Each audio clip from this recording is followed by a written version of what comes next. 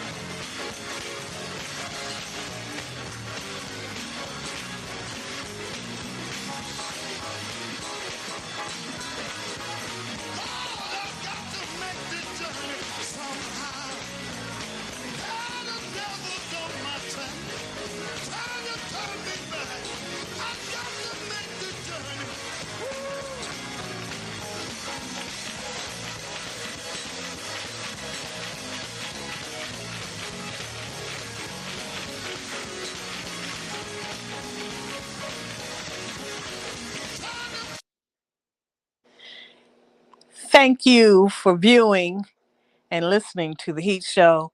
I am your host, Shouting Sister Gail. We are here to bring you some good news, bring you some good word, bring you some good information.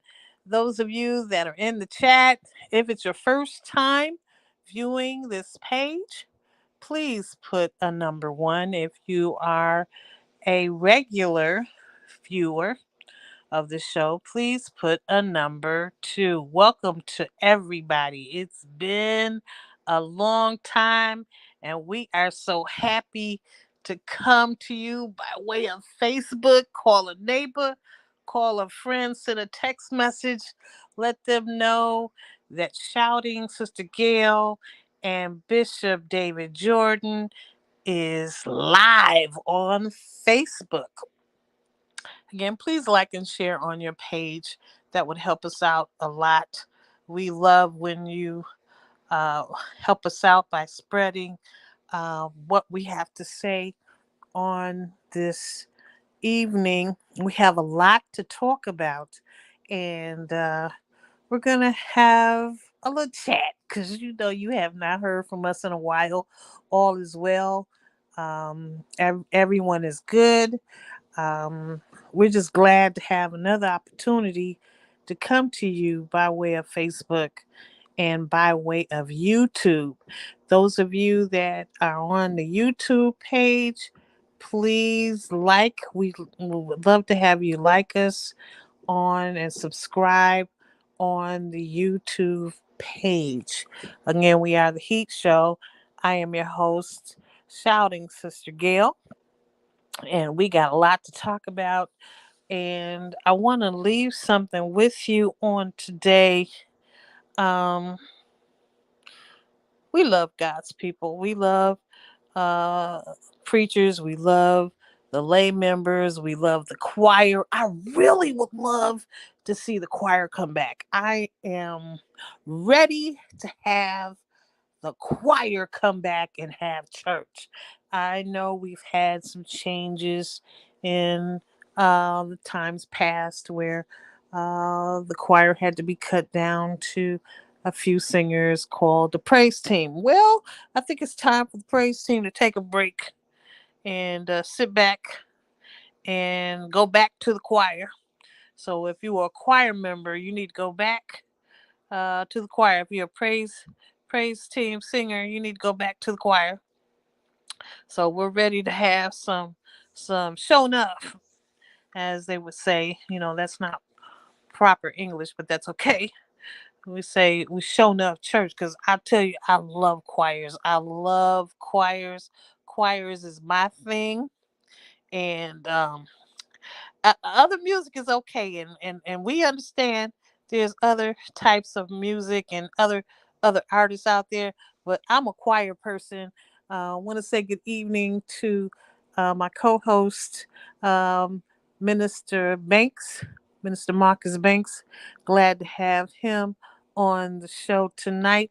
Minister Banks, how you doing, sir? I'm doing all right for a 50-year-old man. I ain't have no complaints. That is right. You are born in the month of March. Yes, ma'am. And you had a birthday. You 50 Yeah, already? go Woo! figure. My Lord. Okay. That means you're in the system for an AARP AARP. card. Did you get it yet? Did you get your card yet? I'm still contemplating putting in a membership. Man, you don't have to. If you have an email or anything that classifies your birthday, they will send it to you. You don't have to worry about it. They'll send you notification that you are eligible for an AARP card. So welcome to the AARP card group. You can get all kinds of discounts, sir. I'm telling you, Oh, yes. it pays off, especially if you go to one of those restaurants that's open half the night. You you can get a you can and you also you may be able to get if you ever go get you a fresh donut, you might be able to get your drink. You get your drink, and they will give you a donut to go with your drink. Ain't that nice? Ain't that wonderful? You know. Only thing is, with the way I look, they feel like you ain't no 50 years old. Quit lying. Man, there are a couple of times. It's been a while since I've been 50. But it's been a while, and it's been a while, and sometimes I still have to prove my rightful age for certain discounts. They ask to see my driver's license, but sometimes, if you have that certain hair color, they won't question too much.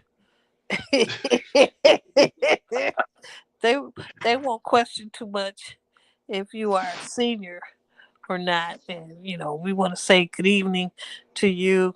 Happy belated birthday to you. Those of you that are born in the month of March, we say happy birthday to you. And may you have many, many more birthdays. I want to leave this one scripture with you tonight, Galatians chapter 5, verses 22 and 23. But the fruit of the Spirit is love, joy, peace, long suffering, kindness, goodness, faithfulness, gentleness, self control. Put down that other piece of against chicken. against such there is no law. I No want to bring out, law. you know, and it says, some people say the fruits with an S, but the Mm-hmm. scripture says the fruit. There you go. Uh, some people have some premature fruit, and That's uh, it. and that's and the one in the and in this scripture, it kind of really had me look at it, because we have love. We love everybody, and we got a lot of joy, and some of us have peace. A lot of us have a lot of peace, because we demand peace. I demand peace in my life. Some of us have the long suffering, the kindness, and the goodness, and the faithfulness, the gentleness, but that's self-control. Mm-hmm. Self control. I'm working on that. I'm working on. I ain't gonna be ashamed. I got to work on my self control. And self control, Marcus. For yourself. You see me in action, so I have to What work on the that heck? self control. You know, I have to. I have to. I do. I have to work on that self control. But you never catch me saying those words that's not supposed to be said in the pulpit. How about that? Never. Never, never, never. You see me at the church, or you see me after church. I've never used those words. But people got a lot of gall nowadays. Oh yeah, saints be cursing. They saying stuff in at the sacred desk, in the pulpit, in the consecrated area where you minister to the people of God. They're just saying Yeah, anything. you remember that? Have you seen that one video where that one lady was talking about her and her husband, and how that one woman was trying to step to him? Yeah, we about to step into that water right now, because I'm just, people don't have no shame No, they don't. anymore, no shame anymore, and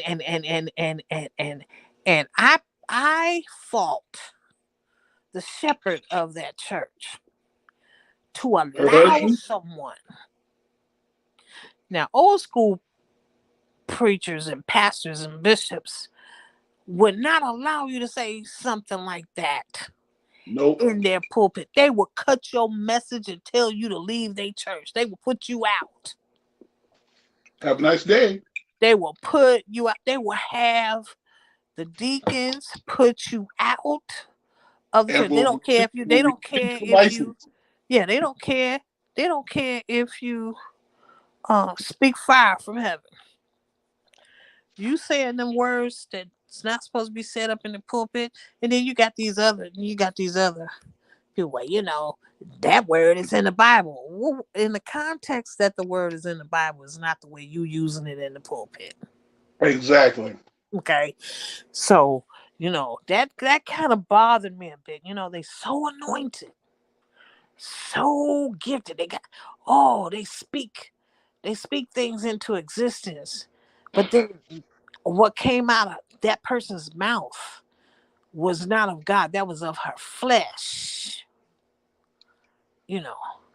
And when it comes to that, you know, a lot of things you don't want to bring a lot of your personal businesses when your personal business that is detrimental like that Exactly.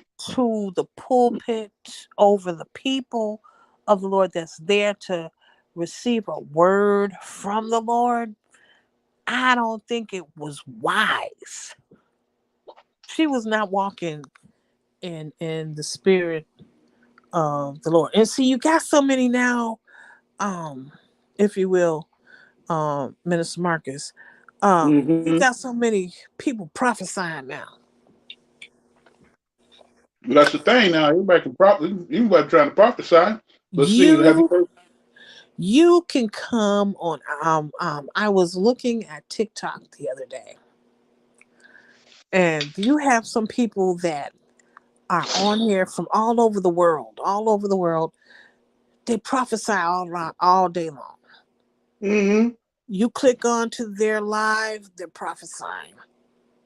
And I'm not saying that they're not called of God because that's not my business to it's not my business to give any judgment on anybody that's there. But a lot of things you don't bring to the pulpit, not over God's people. If you got problems in your relationship, in your marriage, in your courtship, don't bring that in your message. Don't bring that in your message. It's a turn off. It's a big turn off. And the last few weeks or a few days, this one individual that had a video that was circulating the internet on all social media sites. It was just embarrassing. And it seemed like even when they came back to try to do, this is my opinion, when they came back to try to do an apology, it was not from the heart. It was not sincere. Is like, bad news travel anyway. Hmm. Bad news travel faster than a telegram. You know, Sure enough. nowadays on social media, it was so embarrassing. It was embarrassing for women that's in ministry, for men that are in ministry, for anyone that says they are walking in the office of a prophet. It was embarrassing. And then some may say, well, she made a mistake. No. Mm-mm. That wasn't no mistake. No, she meant every word, Uh huh. and she put emphasis On it. on what came out of her mouth. So, when you stepping out of the will of God, I personally, if I was a sound person, I would have turned her mic off. She would have been muted for the night. Now you're done, man. You may take a seat now. Minister Marcus, I'm true to that. Her mic would have been muted. Her mic would have been muted. She would have been screaming from the top of her voice. Her mic would have been muted. Trust me when I tell you. You know, I know one particular bishop. He is now resting in the arms of the Lord. She would have been escorted out of the church and would not been able to come back until she apologized to him, and then he might have let her apologize to the membership or those that attended that service. But that was so embarrassing. So I didn't understand the reasoning for her to bring that out. That's something that she should have took to that individual and all the people involved. Those three people involved, they all should have sat at the table. That's my Yeah. that's my opinion. All of them should have sat at the table and had a discussion, or could have did a three-way call. If you didn't want to face this person face to face, you could have did a three-way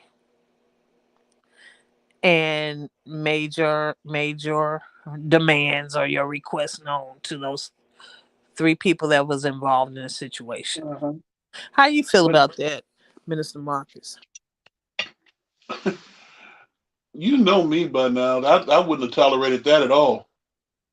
That was completely and totally out of order. I'm surprised that when she started going in that direction, that nobody tried to silence it. See, she talking about she got the Holy Ghost. I'm like, well, you might want to let him take charge of the wheel because the way it's looking, you trying to drive, you want him on the side, you want him in the passenger seat. Doesn't work that way.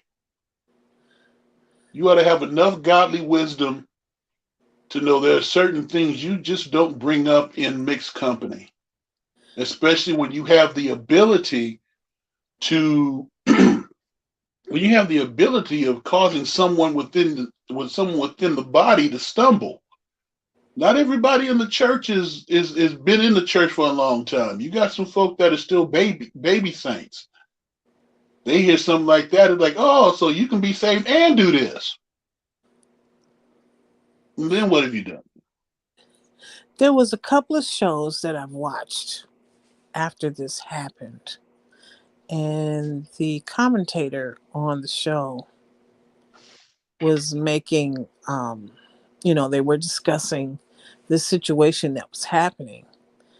And I was sitting in a chat, and I said within a chat, she needed therapy. It's nothing wrong.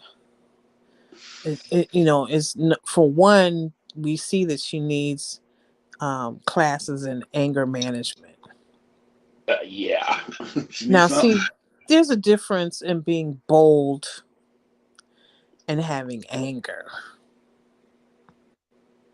You know, evidently, she has some anger issues, and this anger that she has had has been um, inside of her for many, many years. It seems like she has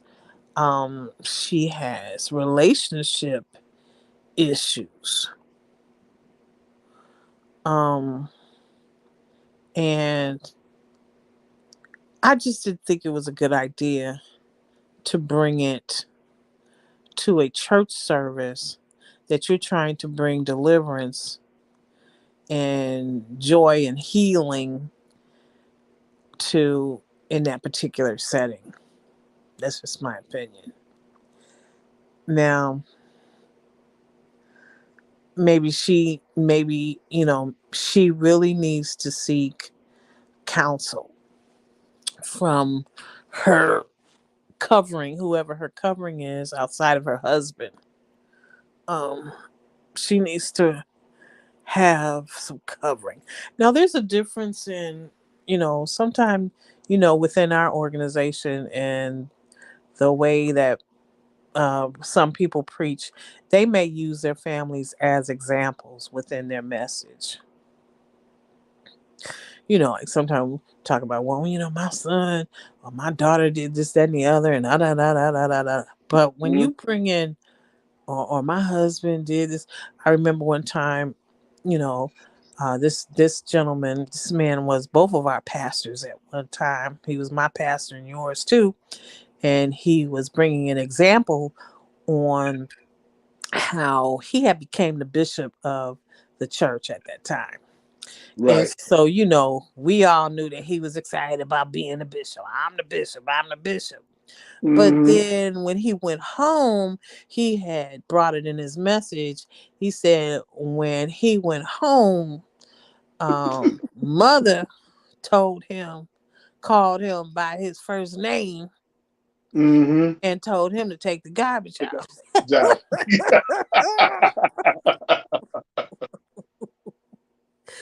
So, he gave an example of that, you know. But he was teaching us and he was bringing within the message that he is now the bishop and respect him as the bishop.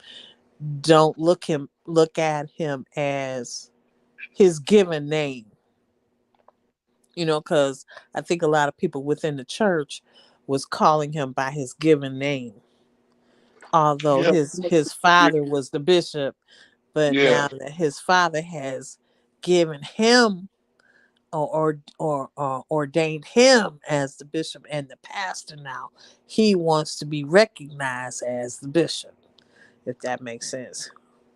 Oh yeah. And you and I both, throughout every other Sunday or every Sunday, we just got tired of hearing the bishop. Okay, we know this already. Okay. How many times you gonna tell us I'm the Yeah. bishop? Apparently, you must not believe it. Are you done told us not? Are you trying to persuade yourself that you're the bishop? It was so funny because I was sitting on the organ, you were sitting on the drums, and you know what's so weird? So weird about that, Minister Marcus? The way the church was set up, instead of them keeping their eyes on Bishop, they looking over at me and you to see what our response was every time he said something. You know. Uh, well, we got the choice because we didn't hold nothing back. But we see everything from our vantage point. We can just We see every. sing from the choir stand to the back door, almost to the parking lot. Yeah. And you know me, it didn't take much for me to just pop out laughing. And they was trying to figure out what I was laughing at. So, and even Bishop would look over there at me, see my response. He would say something, then he look over there and see what my response was going to be. Uh-huh. Every now and then I would say, "Preach, Bishop." Then he really got smiling in. Hey, hey, hey, hey.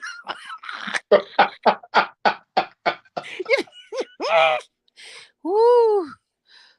I just didn't want him to sing no solo. That's all I didn't want. Don't sing, Bishop. Just don't sing. Don't sing.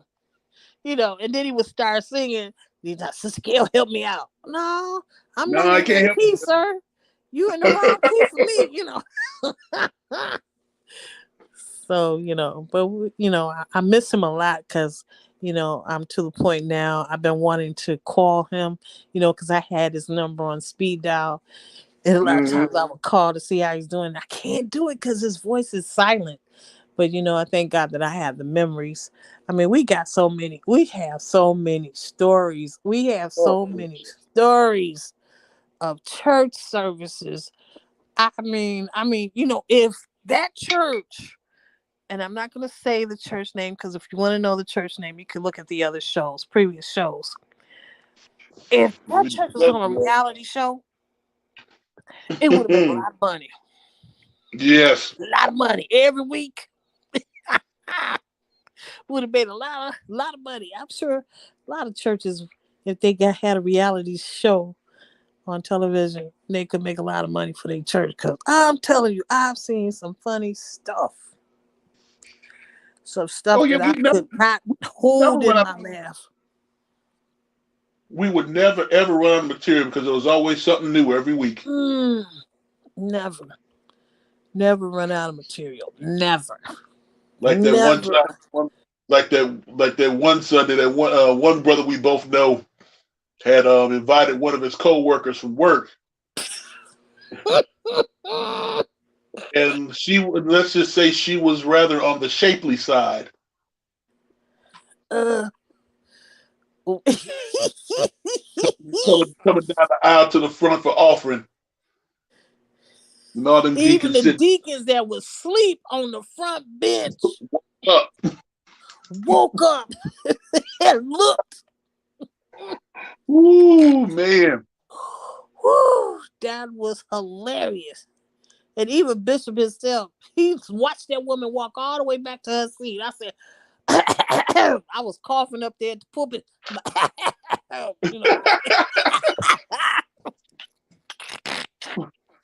Bishop, stop looking at that lady. Everybody looking at you, looking at her. Whoo, God, some things that have went on at church that we were at. We had there was another time where we were in service, and this one particular person had passed away, and we Yes, know she was buried. We know she was buried. dead and gone. A woman walked up in there dressed like her, same Red hat, skin color, same hairstyle. I same walk. mean, I got looked spooked. Minister Marcus looked spooked. I was like, Bishop even looked spooked. I said, "Now wait a minute. that woman, we buried that woman dead and gone. What she do? I was like, no, this ain't right.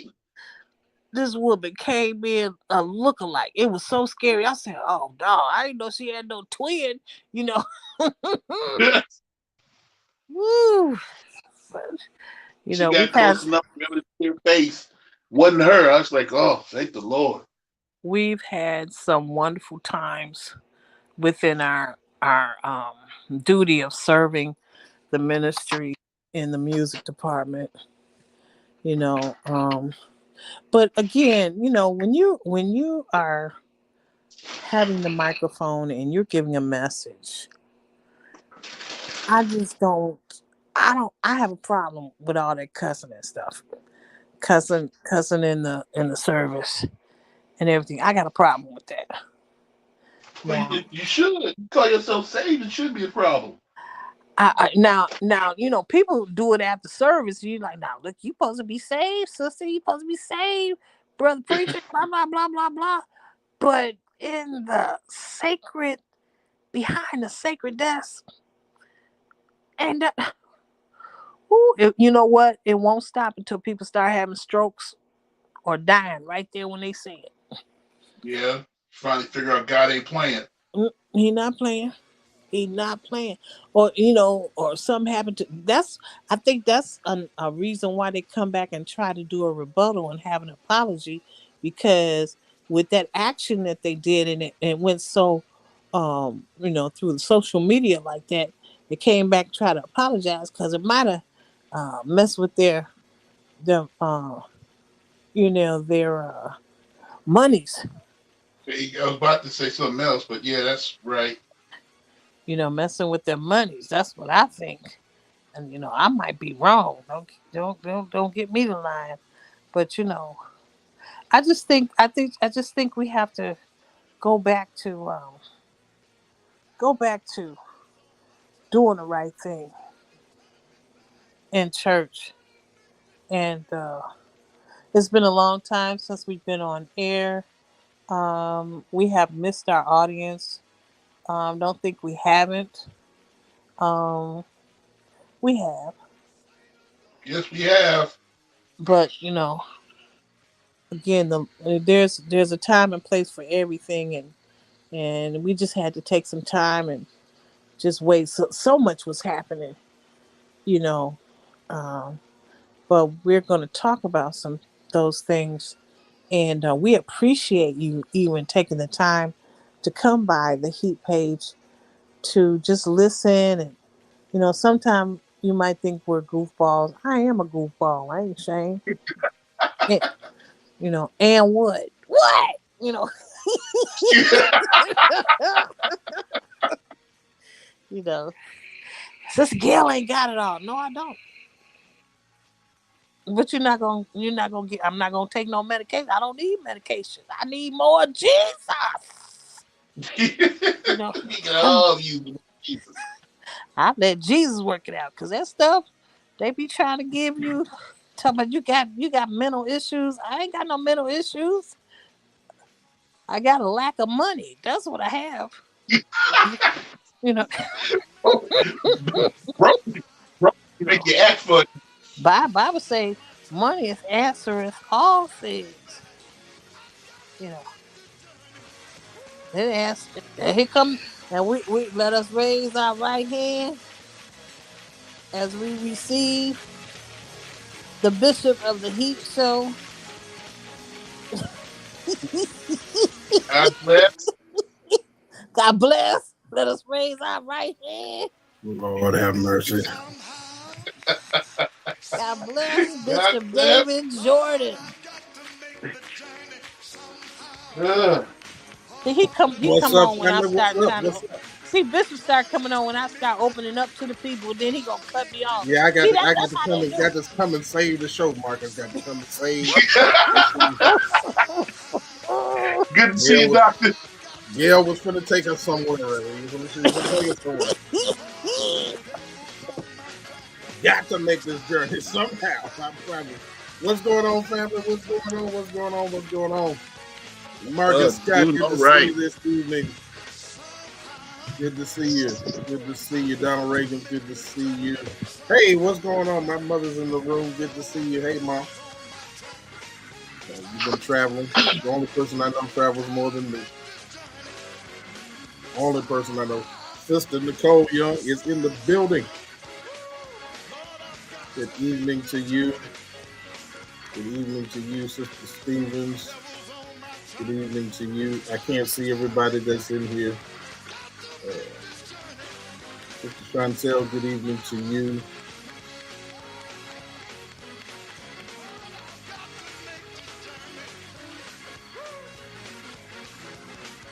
All is well, all is well, all is well. Thank you for asking. All is well. Got to make this journey somehow. What's going on, Sister Gail? What's happening with you? What's happening with you? Elder Banks is in the building. You know, Elder Banks been missing for a little while. Well, you know, Bishop, I He was was on trying. vacation. He was on vacation. You know, he runs several different entities, and so he's been on vacation. Glad to have him back. You know, Bishop, I was trying to have testimony service, but well, testify. Go on, testify. yeah, we already testified, and then we was did having we already testify? Okay. I already testified. See, and I heard you testifying that you didn't need no medication. I don't need no medication. I need money. Get it? Oh, I want money. Lots and lots of money. Money make you act different. It'll make you do some things. Now listen, nothing strange for the change. Now we don't want to be keep it holy. We're gonna keep it holy if you can. Yeah. So and then we was trying to have a little YPWW. Okay, all right. What did we study in YPWW on this evening? Galatians. All right.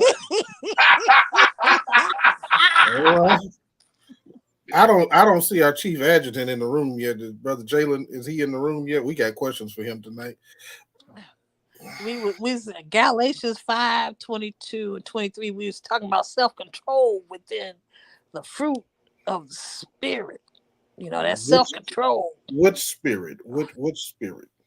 Well, Sound like you've been studying on this thing for a while. Well, see, it kind of hit me the other day when I was reading the scriptures. A spirit hit you the other day? What spirit hit you? Hit me because when it was saying about the fruit, a lot of people try to teach it as fruits with an S, but the Bible has written it to be fruit. Because fruit is plural all by itself. Is love, joy, peace, long-suffering, kindness, goodness, faithfulness, gentleness, self-control. Okay. See, some people's fruit is lacking self-control. So, and it says against such there is no law. So we were talking about self-control and what's been happening these last few weeks behind the sacred desk. Okay, but now I have a question for you. Since you can't just start a Bible study with me, but I have a question for you. Now, who was talking in Galatians? I just want to know: was this God? Where did we get this from? You said Galatians chapter 5, right? Yeah, we were, and it wasn't God talking. It was a teacher. The teacher, the apostle was teaching. Yeah. And he was telling us what the fruit of the spirit was. So, because he started off talking about entanglements, didn't he?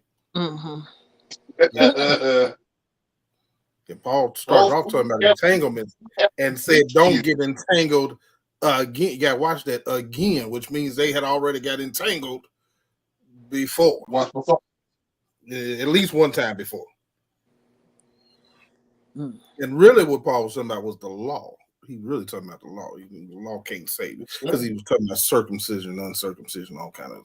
And then he began to talk about the fruit of the spirit. All of that was what was where he was at. Donald says, "Stop while you're ahead, Gail. Just stop while you just." Oh no! Don't sell me short, son. Don't let me come. Don't let me walk. I do got one good leg, you know. Yeah. Yes. I might do a little wobble, but I'm gonna be right there, sir. Yeah, Paul wanted you to walk in the spirit. He wants you to walk in the spirit. If you walk in the spirit, you don't need the law no more because you're walking in the spirit.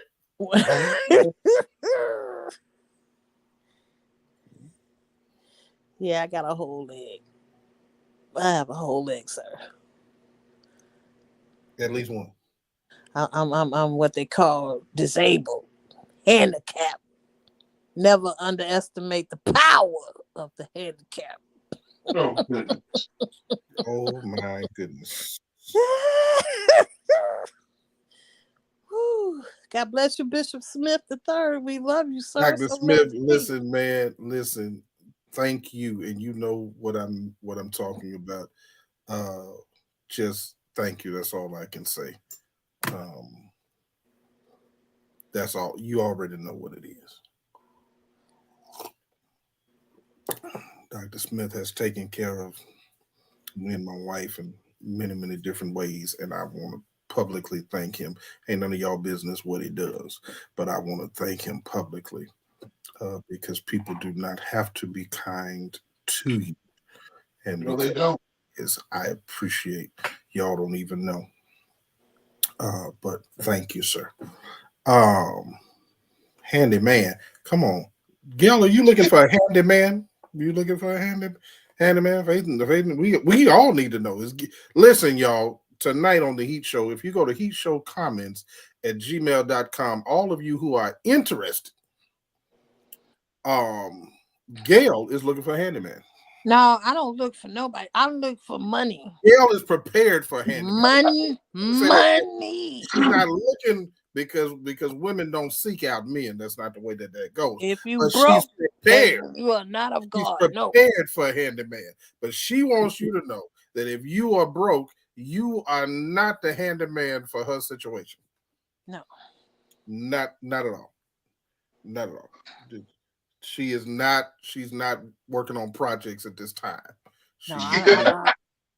No, Finished products. I can't help the needy no more. That's not my ministry no more. I stepped out that ministry. I can't help the needy. Finished products these days. We need finished products these days. Listen, man, listen. Look, y'all got me all sidetracked. I came in, thought I was ready, and then Gail started talking about this spirit. I don't, Anyway, I'm just I'm just talking about, because Bishop, I need to have self-control. So it was coming to me first because listen. I had self-control. I'm working on. Did it work? Did it work on you?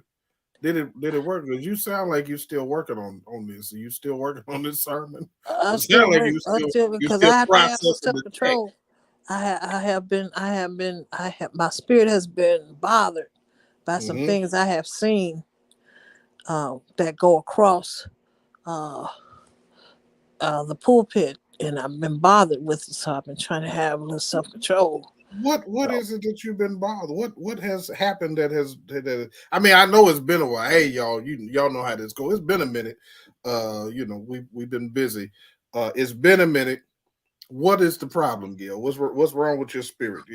Because you don't went from I don't even know what spirit we're talking about at this point. What spirit are you disturbed? Which one got vexed this time? I think the the sacred depths has been taken lightly. I think the area of the pulpit has been tainted a bit. And this is not the first time. It's just been happening for a while. The respect of the pulpit has been No respect, seem like it. Mm-hmm. They just saying anything and everything, and a lot of it's not edifying to. It might be edifying to them because maybe they need a release, but they should have took care of that before they grabbed that mic. I'm just saying, I would have muted the mic. It would have not been working. Now who are we talking about? You got to tell me who we're talking about. I don't know the person's name, Okay. and And I what can't happened? mention no names. Okay, but what happened? Well, somebody putting a threat out, they're gonna kick somebody ASS. And if I see you on the street, Oh, I I'm know who you're coming. talking about. Okay, now I know what we're talking about. Yes. Are we bothered by that? Are we bothered? I was bothered. Okay, tell me why we bothered. I was bothered because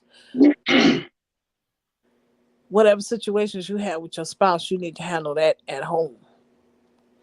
Um, and not bring it over the people of God.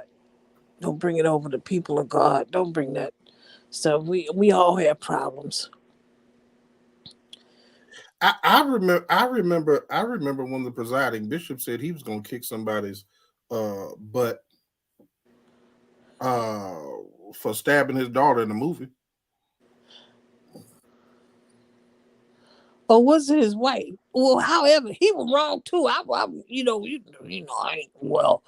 Whoo, so much is wrong in that area. But And however, and just this past Sunday, he told another preacher friend of his live on national television being broadcast from West Angeles because he would not let his wife get out of the contract and fly to LA with him to West Angeles, that he said, "Yeah, brother, you're gonna have to see me when I get back." So I mean, see, that, people. that was just Sunday. So who we You know talking about? what? That's why I That got ain't. to ask you, who are we talking about? These A people lot of are people put a lot of showing up. These people, y'all inviting these people that got y'all invite these people into your churches, That ain't shepherds, deliberate. shepherds of the Lord. You are inviting these people to come into your church, and they have no oil. They just coming in there dry, and they say anything over the pulpit, and that's wrong. I know years ago, I know one bishop personally would have had you escorted out by security and the deacons. Security first, then the deacons follow security. No, no, no, no, no, no, no. You don't say stuff like that. He could have sent him a text message. Well, I mean, was it a joke? Probably. It was funny. We laughed. It was funny. I didn't think that was fun. That was just. But I mean, but what I'm saying is, a lot of times what happens, just because I don't want to leave people with that thought process, if that's what's going on. A lot of times what happens is you have preachers today who are trying to relate to their audience. And unfortunately, what they call relating is trying to show how real they are. You can always the real only appeal to the real. Okay. So you can always tell when somebody's faking, trying to be real. I do such and such and so and singing, something. Real people don't have to do that. If you really about that life, you about that life. You ain't really got to say it too much. And so that's what you got. That's what you got caught up in. The main problem. Uh, I thought he did. I thought he did like he always does. Which was not bad. I mean, I don't think he did bad Sunday. He did what he had to do. I thought he was very honorable and respectful to Bishop Blake. I thought he did not waste a lot of time, which I could appreciate, and I thought he preached a good message. He picked his eyes up and did what he needed to do. Listen, at this point, anybody who wants more than 20 minutes, just let it go. That's not Bishop Sheard. Bishop Sheard is, literally, you can set your watch to it. So, but I thought he did. You know what? To tell you the truth, I'm almost at the point now, and maybe just because I've gotten used to it, I don't really need. Um, I don't need him to go deep. Yeah, I thought it was great that. Yeah, I agree. I thought it was great that. I thought it was great that he got a chance to visit Los Angeles, and I thought I thought it maybe took too long. Um, I kind of felt like about time, right? Um, Well, and I'm it not is. sure It why it took is. 2 years, It but is. I was glad to see him there. I really was. It is the eve of the April call meeting, so that was good. Okay. Yeah, but I don't think it had anything to do with it. I thought it was a good thing that he went, and I thought it was good that LA showed up Needed to do. because Yeah. West Angeles does not normally have that many people there on Sunday, as was there this Sunday, which people in the balcony. Uh, I was glad to see them show up. Um, I thought Pastor Charles handled the moment. Uh,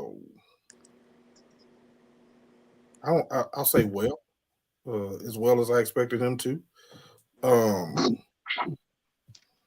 I mean, it is what it is. Donald said people use the bully pulpit all the time.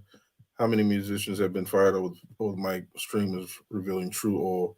Yeah, that's true. That's true.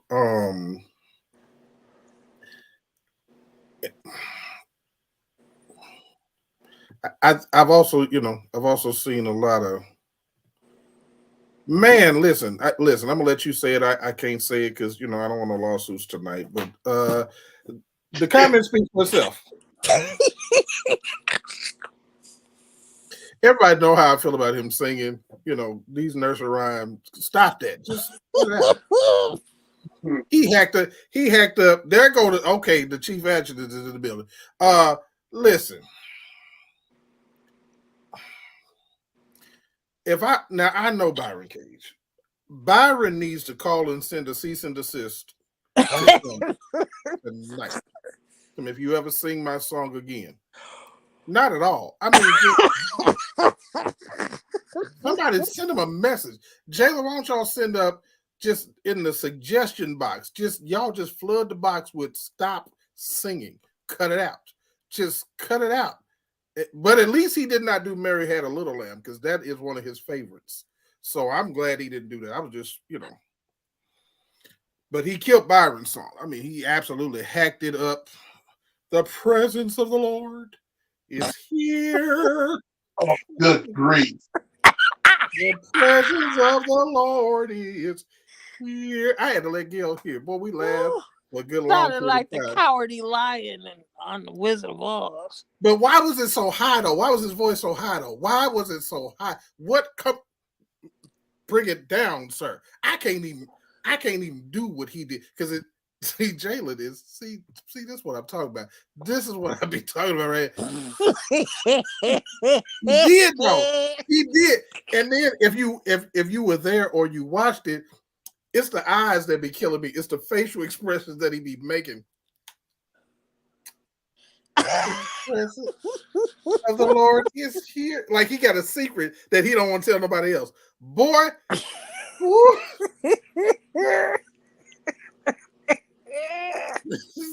He always singing like he got a secret. The presence of the Lord is here. Just tell us what you, boy. Mr. Rogers. I wouldn't have been able to keep it together. I would not have been able to keep it together. Won't you be my neighbor?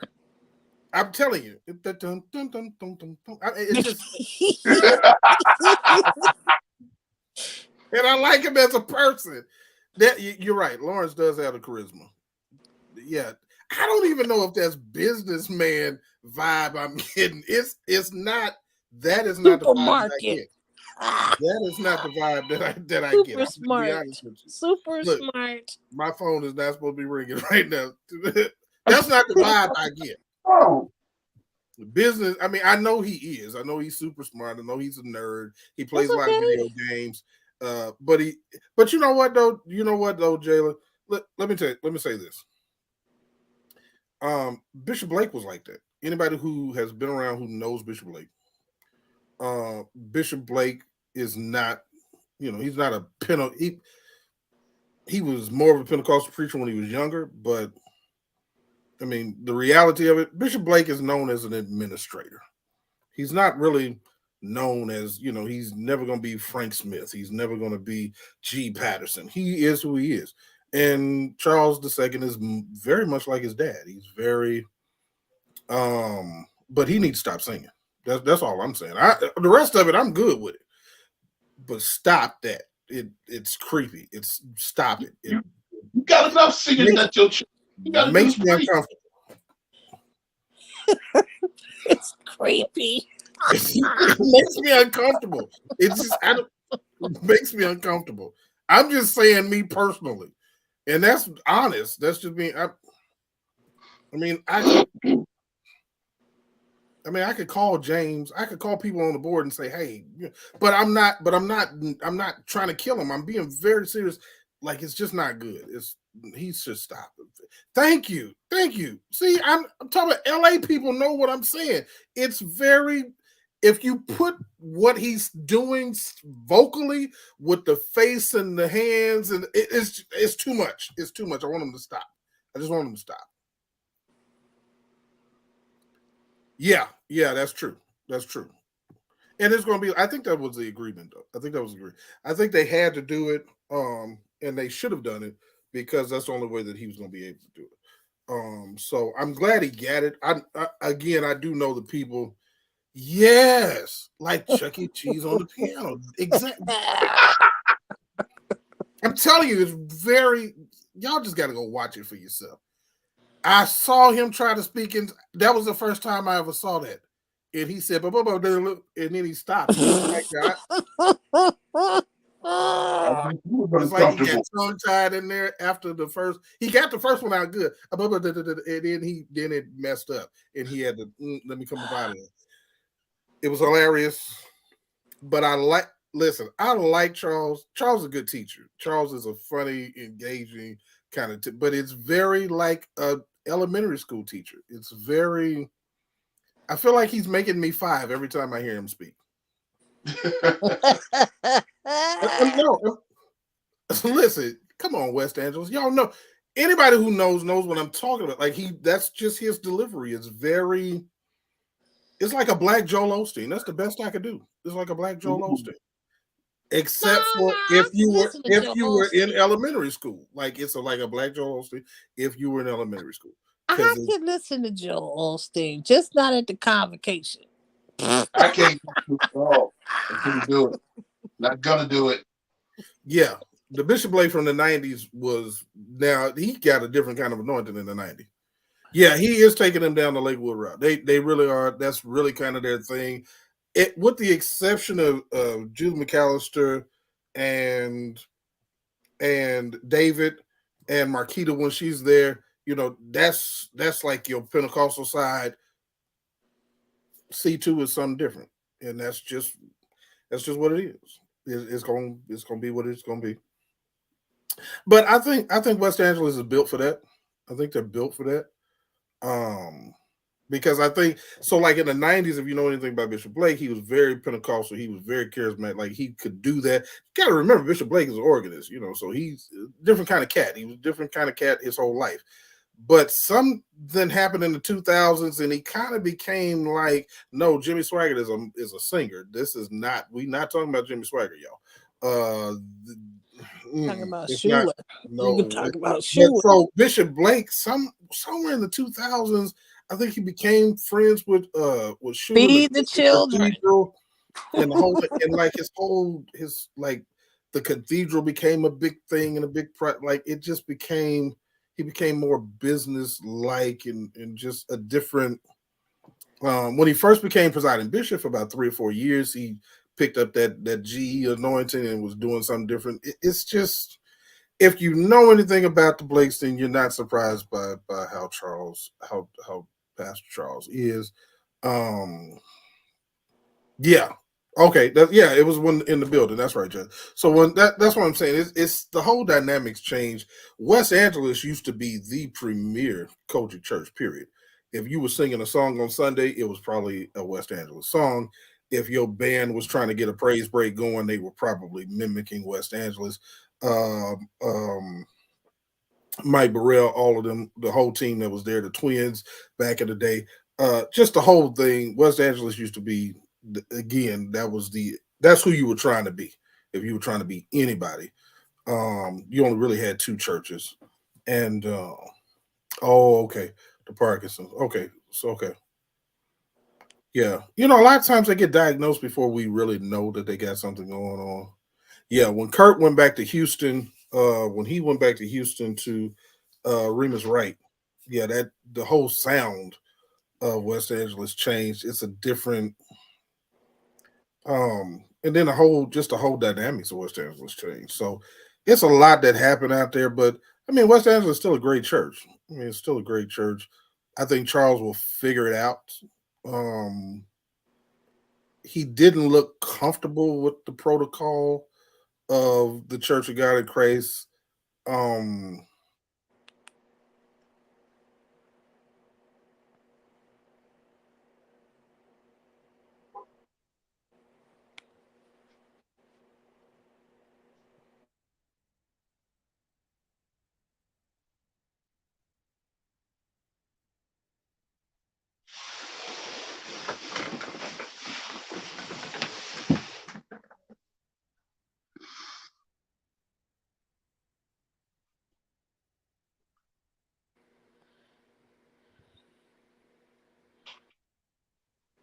Can't hear It, you, Bishop.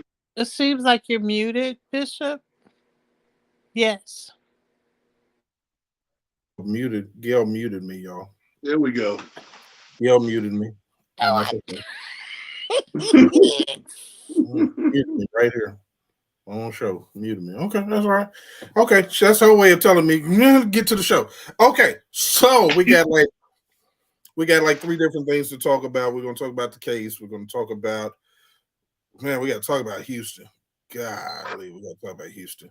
Um, can you hear me now? Y'all can hear me now, right? Loud and clear. Okay. And then we're going to talk about why my phone been blown up for 2 weeks about the upcoming General Assembly and what the delegates are mad about. And I'm not talking like 5 delegates. I'm talking about like hundreds of delegates. Okay. So let's start with what most people want to know. Oh, by the way, because I know that the council for the church is watching. Because see, here's the thing, right? So they send me this thing. We're doing interrogatories, other things, right? And so they want to know how many interviews or shows have you done about this topic? Here is one, just for y'all, just in case y'all counting. Download this so I don't have to send it to you. Okay. So what happened? We went to court. When was that? February? Was that February, Gail? Because all of my months are looking the same at this point. Okay, we went to court in February. Oh yeah, February 15th, day after um, Valentine's Day. And why were we in court? Well, what we were in court about, y'all know they lost twice before, right? So this was ultimately about would they win? Would the case be done? Would they win or would I win? And long story short, I won. They did win one part, and that was only because I didn't have a legal precedent, and the judge did not qualify the case as a what's called a first impression, which means that it's a precedent setting case. And so um so what happened was we each made our arguments and before the judge, and their side made their arguments, I made mine. We had to present a bunch of case law to support, and ultimately uh the judge found that he did not have the authority enough to override what is called ecclesiastical abstention. I told y'all what that is and what that's all about.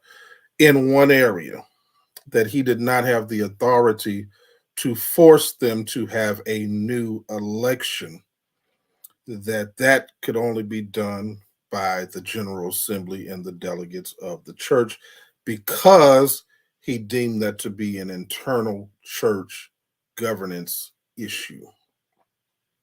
So that he found he did not have the authority to override ecclesiastical abstention simply means that courts is a doctrine created by the Supreme Court that says civil courts do not have the authority to interfere in internal governance. Okay. And so he deemed that an internal governance issue, specifically as it related to the election and forcing them to have another election by court order. So in that instance, they won that because that was one of the remedies that I asked for. I asked for two remedies.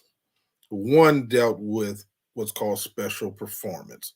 Special performance simply means that I asked the court to force them to do what was a part of the process, which was an election, which did not happen because there was nobody on the ballot with uh, Bishop Thurston.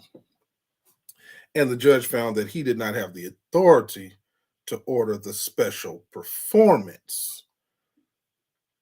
And they were happy until he started talking. And then they lost everything else.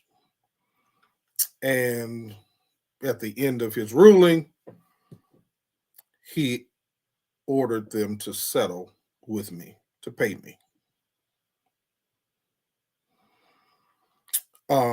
Or go to trial on the second element of my case. So the element of breach of contract where they breached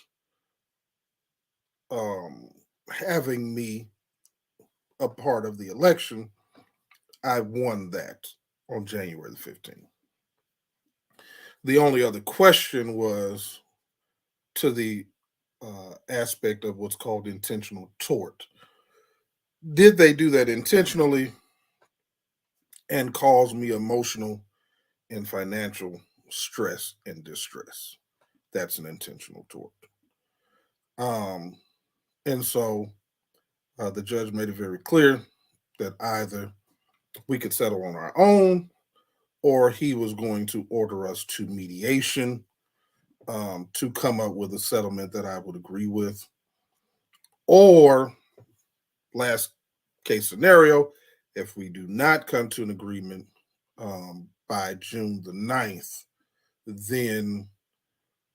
then we'll have a pretrial hearing, at which point, again, if they lose that, it'll pretty much be the end.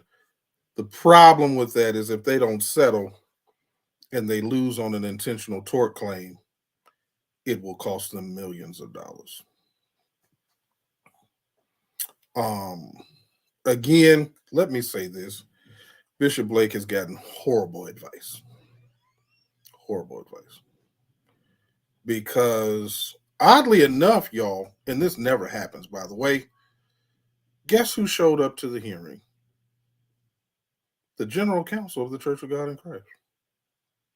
And his father, the chairman of the nominating and screening committee of the Church of God in Christ.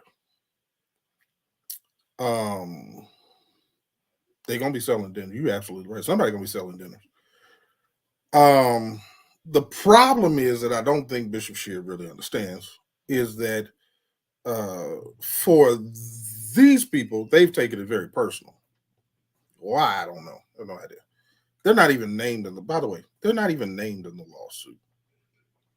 Okay, if they lose, they don't care because I've sued each of these people individually in their official corporate capacities and the corporation in their official corporate capacities. I haven't sued the church at all, but the corporation, yeah. And the officers, because so what the judge found is that there was fact evidence of failure to perform their fiduciary duties. In other words, they didn't do what they were responsible to do, which is put the organization above all else. And I actually used their evidence to prove it. They were dumb enough to put it out there, and just bad all the way around. He's gotten bad advice. He's taken advice from somebody who clearly has a personal interest, and not the best interest of the church. He's allowing this guy to do all the talking when this guy doesn't have anything to lose, but they do personally, and so it's just a bad idea all the way around. Um, the judge did get involved. The judge tried to come up with a settlement that we could all agree to. The problem is they are down here and I'm up here. Okay. And I'm not up here because you got to understand a breach of contract is all about making you whole. So it's not about trying to come up, get a major, check and all this kind of it's not about all that.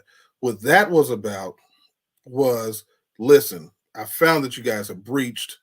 If you take this any further, it's going to be a bigger situation. And he doesn't really want it to be a bigger situation. He's trying to make it kind of go away because he's been the attorney for the church. And so, he's trying to save them something. He's trying to save me from having to continue to do this. But here's the answer. Jonathan Saffold Jr., the general counsel of the Church of God of Christ, just did not want to do what he was supposed to do, which was what I asked for, was my reimbursement for the cost of having to go through this process. That's what I asked for. Mind you, this could have been over way before then too, because initially I wasn't asking for any money. Initially, what I was asking for was an apology. And I asked for an apology, and I asked for a position within the General Assembly and legal department to help deal with mediation and settlement of cases, so a lot of these cases could get dealt with. That's what I asked for. And the general counsel said to me, if I thought you had a chance of winning in court, I would tell Bishop Sheard and the general board to settle with you and issue an apology and put you in place. But I don't think you can win. Well, we see how that turned out. Bad advice. Bad idea, because then you lost. Well, because the judge could not grant the special performance, guess what? He granted everything else and said, pay the man. Jalen, you asked a great question, and I'm going to actually deal with that on Thursday. I'm going to tell you how to constitutionally, we're going to talk about Thursday, how to constitutionally remove the chairman. Because the judge has said it is in the hands of the delegates as it relates to that. The only thing I can recover is money. That's it. And he has said to them, don't let this go further because it could end up costing you all a lot of money. He also said to me it could end up costing me a lot of money, but he's talking about legal fees that I'm not really concerned about, because what he said was that, hey, basically, you've got the breach of contract, but that money could get eaten up by legal fees if you don't win the intentional tort side. There you have it, which is not going to happen because they intentionally did it. So the question Jayla asked, how can it be in our hand if the chairman won't bring it to the floor? I'm going to tell you exactly how to do that. I'm going to tell you what motions can actually be made on the floor that he cannot deny. And there is a process by which they can be done. The problem that you have right now, and that's going really into the third segment, which is what the delegates are angry about, but I'll talk about it a little bit right now. The problem right now is that, and I'm going to show you in the Constitution where he's wrong, but what he's claiming is that the chairman has the ability or the authority to change the rules at will. because we operate under Robert's Rules of Order. But his claim is that the chairman himself can change the rules. That is not constitutional. But he's been using that to do whatever he wants to do and to kind of manipulate. And then the other thing that he's doing is he refuses to put the agenda out, which is required, so that he keeps it in his hand. And so you don't really know what the agenda is until you get there. A myriad of things are going on, but I'm going to tell y'all exactly what motions, how to put them on the floor, when to put them on the floor to get accomplished what can be accomplished. He can be removed. Absolutely. There's not an officer in the Church of God of Christ that cannot be removed, impeached, whatever you want to call it. It doesn't exist. And so that's why this case is so important, because the lawsuit is about the operation of these people as officers of the corporation, which subjects them under the civil law, which we are subjected to in our Constitution. And so because of that, their failure to adhere to the bylaws in the Constitution by itself becomes a failure to adhere to their fiduciary duties. So it's a very complicated process, but it's a process that's necessary in order to get the power back. You got to remember, J.O. Patterson was a lawyer. These were not stupid people who did this in 1968. They put in checks and balances. Many of them have never been pulled on like I'm pulling on them, because most people who pursue something, they're mad, and so they're just going with their story. But when you go to court, you got to have to actually have law, and you got to know this church. And so a lot of people go and they may have law, but they don't know the church, so they don't know how to make these different arguments. And so that's where we are. So once again, they've lost. That's the bottom line to what happened in February, and we've been ordered to settle. We've had a couple of settlement talks. We have not come to an agreeable number, and we're not going to come to an agreeable number, probably with the general counsel being involved. It's probably he doesn't want to. He doesn't mind because he's not spending his money. He's spending the people's money, and he's spending the officers' money. He's spending Drew Sheard and Thurston and whoever's paying him. That's whose money he's spending. So he doesn't really care, because he's not paying this bill. And that's really crazy, to even have that as a part of anything. But at the end of the day, that's where we are. And we go from here. We're doing the midst of interrogatories and depositions will be next. And at some point, we'll go to mediation if we don't come to an agreement, and then we'll either settle in mediation or we'll go to trial, which is going to be bad for them. It's really going to be bad. So, I'm not, I told y'all, Jayla. See, for me, I'm a person that, hey, once the judge ruled what he ruled, okay, I can live with that. Now let's just move on to the next thing.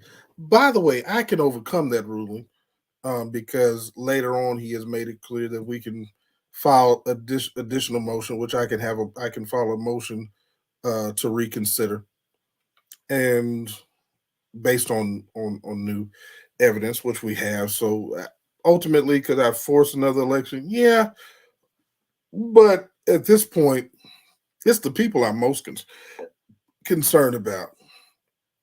I expect people to do what they do to try to get in place. My concern is, do the delegates care enough for me to spend that kind of energy pursuing that? And so I don't know the answer to that. I don't know whether or not the delegates are fed up. I don't know if they care about what's really happening in the church. And so for me, without a clear uh, without some clear evidence that the delegates are interested in doing something about this situation, then I don't want to just fighting just because it's not my fight to fight. I'm willing to fight for the delegates, but only if the delegates are fighting, and only if the delegates are saying, "Hey, we got to do something about this guy." Jayla said, "Make them give you a jurisdiction. They'll do that quickly before they pay $1 million." Actually, they no. Well, would they? I don't know. I don't know. I will tell you uh, that initially there was a discussion concerning that, um, and then I was told by the general counsel that that basically he advised against that, and that then I was told by someone who was trying to mediate the situation between me and Bishop Sheard that Bishop Sheard said, "Well, let's wait and see what happens in court." Well, now we know what happened in court. You lost, and the judge said, "Give me my money." So you know, we'll see what happens. Um, yeah, he did. He did. It's just, I think what's happening is you have those who don't want to give the impression that, oh, we paid this guy off, or we gave it, this is the way to get somewhere. That really is not the situation for me. I just was literally robbed of something, and you know I could have lost the election. I mean, this is really stupid because I could have lost the election. There was nothing that said I was, there was no guarantee I was going to win. And so to do what you did to purposely keep me out and then lie on me. And see, that's my biggest problem because I'll tell you all, I'll tell you, y'all know I share. Gail, I'll tell you all, I actually lost members and supporters behind this election because I had many people who gave a lot of money to support me running. And then when they put it out that I did not apply, well, guess what? Those people want to know what happened to my money. So you actually tried to hurt my name, and that's a problem for me because I have respect, and there were even bishops who and leaders within the church who were ready to push the campaign, who thought that I just didn't do what I was supposed to do, and that you just can't try to ruin somebody's name like that. You can't. I did what I was supposed to do, and that's what the court has found, that I did indeed um, put application in. I met all of the requirements. I paid the money, and everything that they said was a lie. Everything that the chairman said, because I can't say they said it, but they let him say it, uh, was a lie. All of it was a lie. Not only did I get it in, I got it in time. All of my money was paid. There were no issues uh, that related to me, and so there was nothing that should have kept me off the ballot. But they made a conscious decision that it was easier with me not involved than it would have been with me in. So, um, you know, I just think uh, at this point, the judge has been very clear. Where I stand at right now is just money, and the question is how much, and that's really up to them. Um, if you force it to go to the last stage and the intentional toward and the whole, if you force that, then it's a much larger risk. It's a seven-figure risk, or right now it's just reimburse the man what he spent and what he paid and a small punitive cost and move on with your life. That's where we are. It is what it is. So they've got a decision to make, but that's where we are in the case. Yes, I did lose. Yes, I did win. But no, the judge did not order a new election. That was the only thing that they got that they asked for. And I think that was the most important thing to, I think, Bishop Deuce, to be quite honest with you. Gail, Elder Banks. We still Yes, here, sir. Okay, what say y'all? uh, I say the saga continues. It's a shame. The saga continues. But It's a just shame. hearing about, but I never thought about the aspect of what the accusation that you never registered for voting was going to have on those who were supporting you. Mm-hmm. A lot Let's of call people it what think, that lie really messed up a whole lot of stuff. yeah, yeah. I mean, that's part of my claim because I had to deal with the emotional and the financial uh, fallout from that. I actually lost members, so I'm not. This isn't just. You know, this is. It's not. It wasn't just. To them that's the simplicity of what they think this is. But when you do people like this, it has ramifications that Yes. are real because people really believe in you. And then when somebody says, "Oh no, he just didn't do it," well, what did you do with my money? What did you do with how did you have me already? What why didn't you do this and this that? I thought you did such and such. So it really was a negative thing. I literally had a bishop call me and say, "Oh man, Jordan, I thought you was serious. You wasn't even about you. I mean, he was just angry. And if I told y'all who he was, I mean, we're talking about somebody who who who's significant in the board of bishops. I'll just put it like that. Gotcha. And again, he was one that you got to realize had a lot of national leadership support because a lot of people want Bishop Thusen gone. And that's why he did not want to run opposed because he had a lot of people that was just like anybody but him. So it wouldn't matter who ran. But then a lot of people just, they felt as though having me in the seat would bring balance back to the church and would keep you know, a lot of this stuff that's happening from happening. And, so it's, yeah, yeah, Nicole. The only reason that I did not include slander and defamation is because that would require a public statement, and it was, but it wasn't. And so, um, even though I do have damages as a result of that, that may be something that I may bring later against against the chairman of the nominating committee himself because he's the one that said it.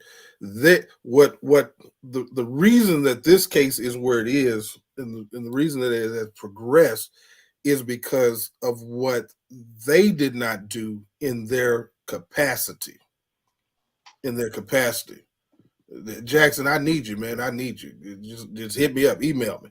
Um, but it's what they did not do in their capacity. So what should have happened is when I initially made an appeal in March, according to the Constitution, what's supposed to happen is the chairman was supposed to put that on the floor to the General Assembly and let that be the debate between me and Sappho Senior in the screening committee. Yeah, hit me up. Heat show comments at Gmail. Shoot me an email. I'll give you a call tomorrow. Um, but that didn't happen. That was supposed to happen.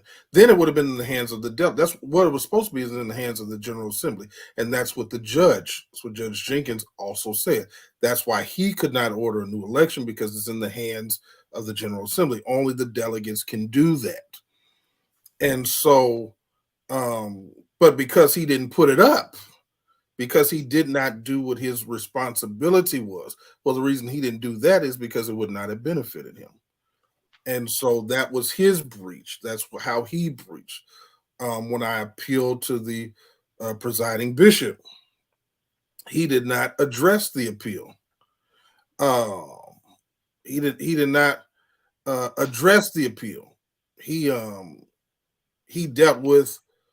He decided he didn't want to deal with the appeal. Said he didn't have the authority, but he never presented it to the general board. That was a breach. General board never took it up. That was a breach. So you got a lot of things, a lot of different aspects of what did not happen that should have happened. And so, it is what it is. We'll move forward. At this point, it's cut the check and let's move on because that's all that I'm able to do at this point right now. Unless we push forward, then yeah, I'll file motions to reconsider, and we'll go through the whole situation, and we'll go to trial, and they'll lose, and you know, and there'll be a lot of stuff on the record about a lot of elections because we plan to ask all those questions in deposition on the record.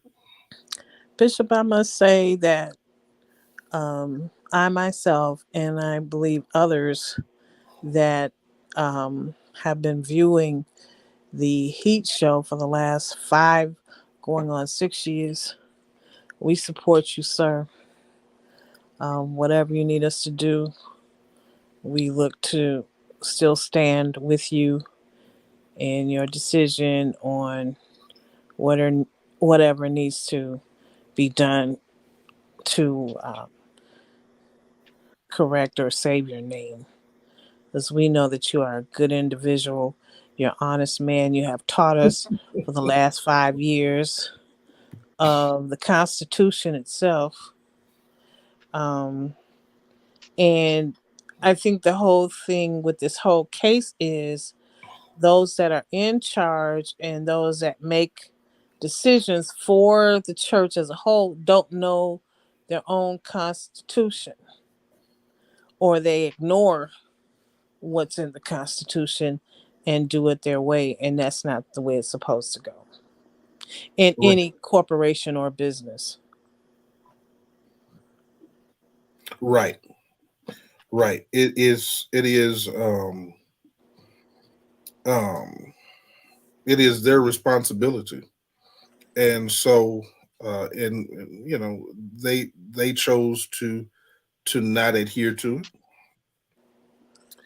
and so there's a cost to that. You can't just kind of do what you want to do. Um, you got to do what your responsibility, what your legal obligations are, and that's where we are. So, um, Anytime that we have came on the airways of oh, no problem, Jackson. No problem, man. No problem. Go ahead. any time that we have come on the airways by way of Facebook and YouTube, we have shown what is required in this church, what can be done, how do you become a delegate, what are the qualifications of those that hold certain positions in this church. So there is no excuse um, to anyone that tries to question your integrity, because you have brought integrity since day one, when we even started talking about the election 2 years ago, even teaching the Constitution, because there were a lot of pastors, a lot of elders, a lot of credential holders that did not really know what was in the Constitution. And you have taken the time to present this to um, those that view the show. So we thank you so much for taking the time to even break it down to even to the lay member of this great church. So to Yeah, you, I say thank you. it is. I just feel like it's absolutely necessary if you're going to be a part of anything for you to know what you're part of and what it means to be um, a part of this organization. But I think you also have to know um, you also have to know what their responsibilities are. How do you check somebody you don't know what you're checking? You don't know what they're supposed to be doing and what they're not supposed to be doing.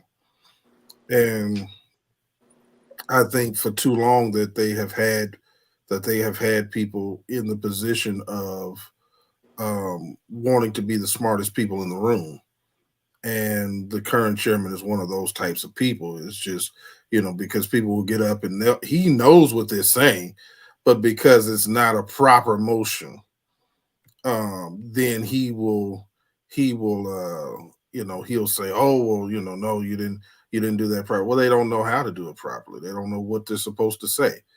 Um, and so it's those sort of games and tricks that are played, that make it very, very difficult for people to know what they're supposed to be doing, and then how do they do it. But I think when this case was actually brought up in November 2022, I think they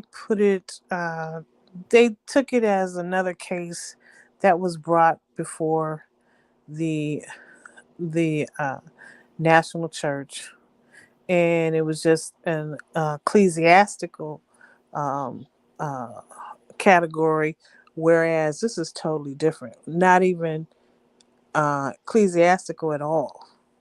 Uh, Right, and I right. think they This took it is as a regular case that has been brought. So many cases that are there that have not been a proper judgment, or haven't really been looked at or either dissected. This case has really been dissected and brought piece by piece, line by line, and everything that you have brought to the judge in this case has been according to the Constitution and the actions and the policies of this church. Yeah, absolutely. It is, to me, um I think, as you said, that's the fear, is that, or the thought process um was that this was just another case, that oh, we'll do what we've always done.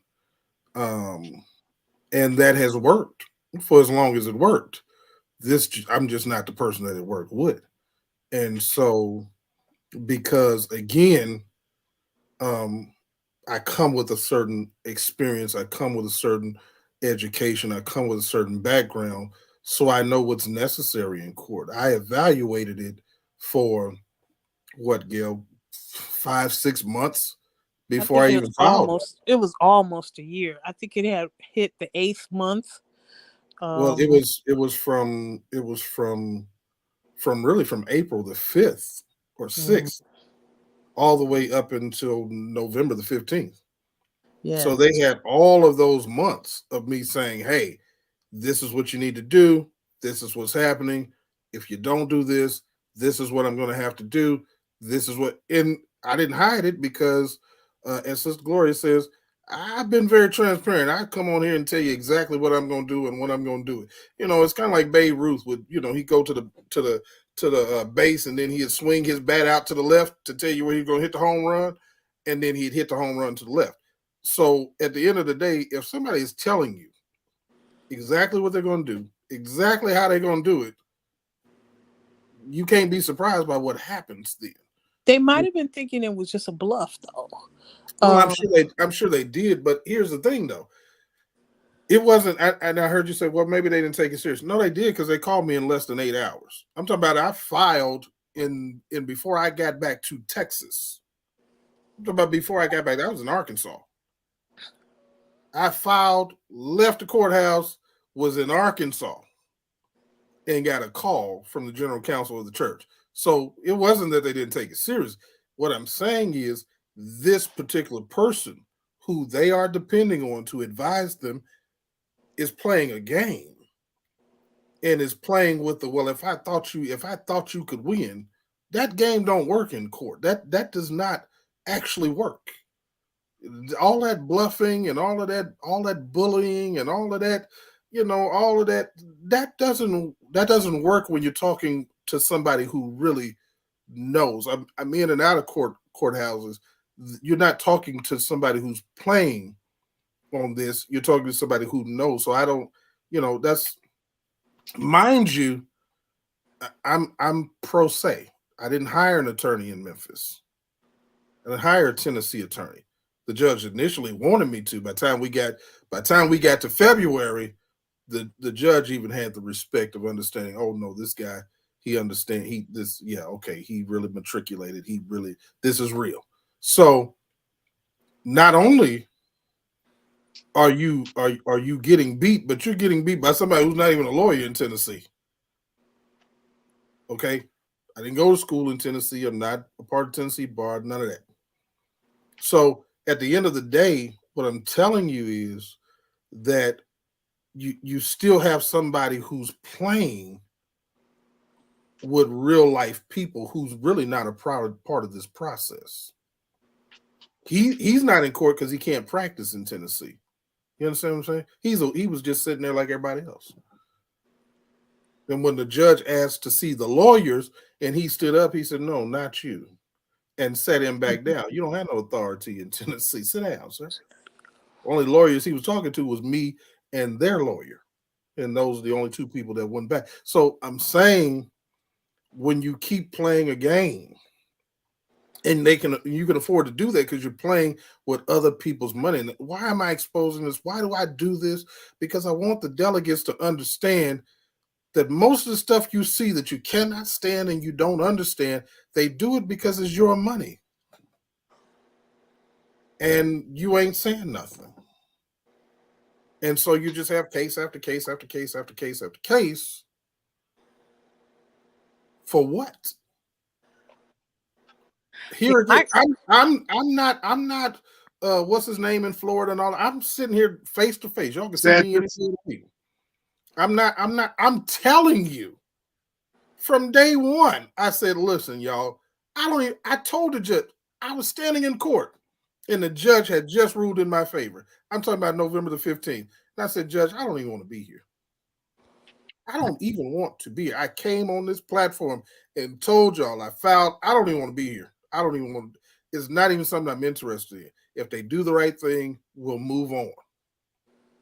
These are people who are playing games because it doesn't cost them anything. It doesn't cost them a dime to play the game. So they just keep playing the game. And Terrell, I don't know. I've been asking that question. I don't know why nobody on the general board is saying, what are you doing? Like, man, listen, let's put this up and let's go and take it. Thank you. I've been saying this from day one. I don't have no games to play with him. I'm not playing a game. I'm not looking for a come up and trying to get rich off of none of that. Stop that. That's stupid. That's dumb. I was actually insulted because one of them said, oh, well, let's just give him some money because this is all about the money anyway. I didn't run for money. I ran to be chairman of the General Assembly of the Church of God in Christ. I didn't run for money. I didn't need that when I got there. That was not what this was about. I said very clearly, I ran. If Bishop Thurston had done the right thing 2 years ago, I would have never even ran. But he didn't because he kept violating the Constitution. And that affects everybody. So at this point, while the general counsel is still playing games and dragging this out, I agree, Jalen. I don't know why the Texas bishops have. Again, you got people that are jockeying for different kinds of positions and trying to gain favor. Man, I don't know what they are thinking. And I've asked this question before. What did you want to become a bishop for? What did you want to become a leader for? Why did you want the credential? Why did you want to become a licensed elder in this church if you're not going to make your voice heard? If we just going to keep rolling around, seeing what's wrong and then acting like nothing's wrong at all? We are more concerned about the appearance of holiness and order than actually being holy and in order. We are more concerned about the appearance of holiness and order than actually being holy and operating in order. Because some of these things should have already been done, been dealt with.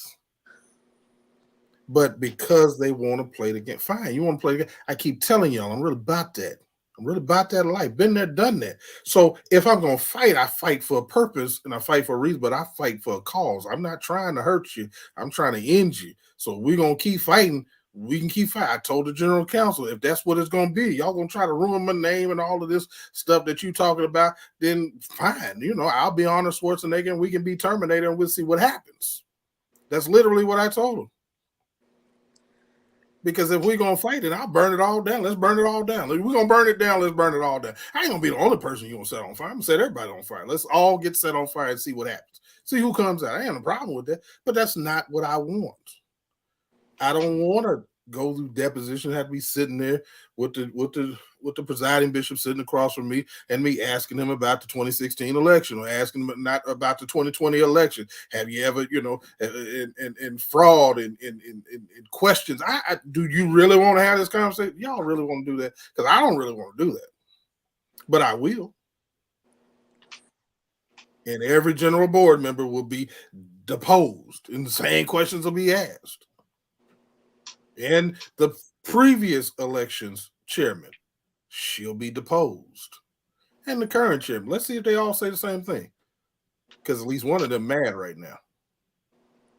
Let's see if they say the same thing about elections and how they've been handled as everybody else says. It's dumb. It's dumb. And I don't even really want to go through all of it because it's not, I don't know what it would change. I don't know honestly what it would change for the delegates if you find out that everything you think is true. What you gonna do? Because you ain't doing nothing now. So what are we gonna do? You got to figure that out. I mean, as a matter of fact, Jalen, I was talking to some of Bishop Haynes' guys today, and they were telling me some of the history and how big Bishop Haynes used to have 600 churches in his jurisdiction. He had about 5 or 6 jurisdictions came from that he just gave away. So it's a lot of powerful guys in this, but they used to handle it differently. This type of business you never heard about. It wasn't because it didn't happen. It's just you never heard about it because they took care of the business. They took care of the business. So, Gail, what's the business? I'm glad you asked because I'm going to share it with you. What are we talking about? What is this court case really about? Here's what it's about. This is their responsibility of every general board member, the presiding bishop, the chairman. It's literally in the books. Number 1, duty of good faith. By the way, this is corporate. This is also the corporate law that governs nonprofits in Tennessee. We actually have it. It's actually a part of us. Duty of good faith, which means that they must act in good faith and be fair in their dealings. You have a duty to follow your nonprofits. What does that say? Governing documents. They have a duty to follow the Constitution and bylaws and to carry out the mission of the laws of the church and to ensure its funds are used for lawful purposes. And they Bishop, must be upfront and honest in their dealings with the nonprofit. When it says nonprofit, that means the members, and in fulfilling their fiduciary obligations. before you continue, let me post this so we'll be safe. Oh, this ain't copyright issues. Even in that. So no, this is law. We don't have to worry about that. Yeah. This is law. Number 2, the duty of loyalty, which means that you must act in a manner you reasonably believe to be in the best interest of the organization. They must put the organization first. Got to put the organization first and the interest of the organization and its members, and that you not seek to benefit personally from the activities or the resources. In the event that you have a conflict of interest, Bishop Thurston, between the interest of the organization and your own, you must comply with Tennessee law in resolving the conflict. Actions that benefit you at the expense of your nonprofit organization are what? A breach of your fiduciary duty. If you want to know why the judge ruled in my favor, I'm showing you. The last duty, these are all three things must be compliant, or else you breach. You fail to perform. Lastly, the duty of care, which means that you must act reasonably as a prudent person in similar circumstances with. That means you have to do what a normal person would do in any other circumstances that was similar. That you are familiar with the nonprofit, the organization's activities, financial condition, and that you participate regularly in board meetings. It is the job of the governing board, that is the board of directors, which we call the general board, to oversee the work of the chief executive. Y'all thought it was spiritual. It was not. J.O. Patterson put the law in place. That is why the general board oversees the CEO, which is the presiding bishop, and that's why he answers to the board, because it's the law in Tennessee. The board oversees the work of the chief executive of the nonprofit and to make sure that the organization is faithfully carrying out its charitable purpose without extravagance or waste. You should carefully consider whether you have the time to participate as required before agreeing to serve on a board. Failing to honor these obligations can seriously harm your organization and undermine its charitable mission. Furthermore, under Tennessee law, you may be, what is that word, Gail? Personally liable to the organization for the harm it suffers if you breach, there's that word again, your fiduciary duties. Board members also have a duty to disclose material information to the rest of the board. If you didn't present it to the general board, you failed in your duty.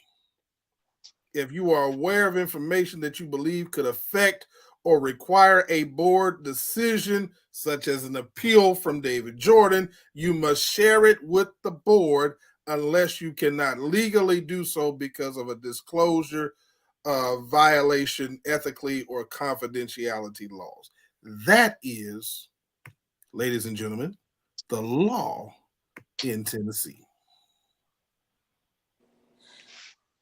So if you want to know why they keep losing, that's why they keep losing. And the church says, checkmate. They can't win. You cannot win. Oh, the law boy. won't allow you to win.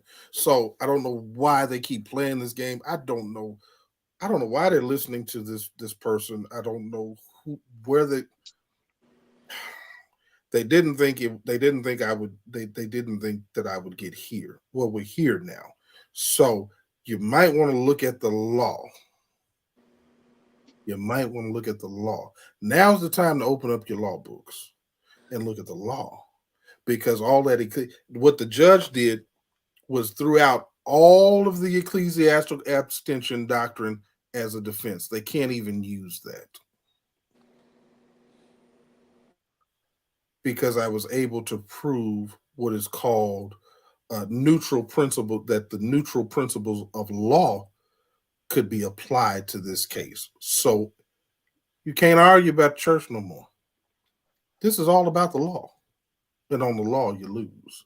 So that's where we are, y'all, in the case.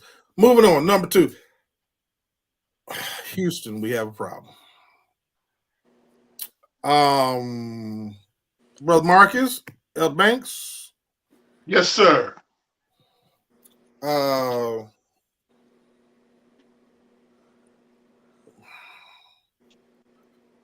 Couple of things. Let's talk about first thing first. Bishop Kyles will not be getting his church back. That's not happening. Really now? Oh. No. Oh boy. Bishop Kyles will not. You know what, Haynes? I thought he would have by now too. He has my number. But he's chosen not to call me. I've made myself available.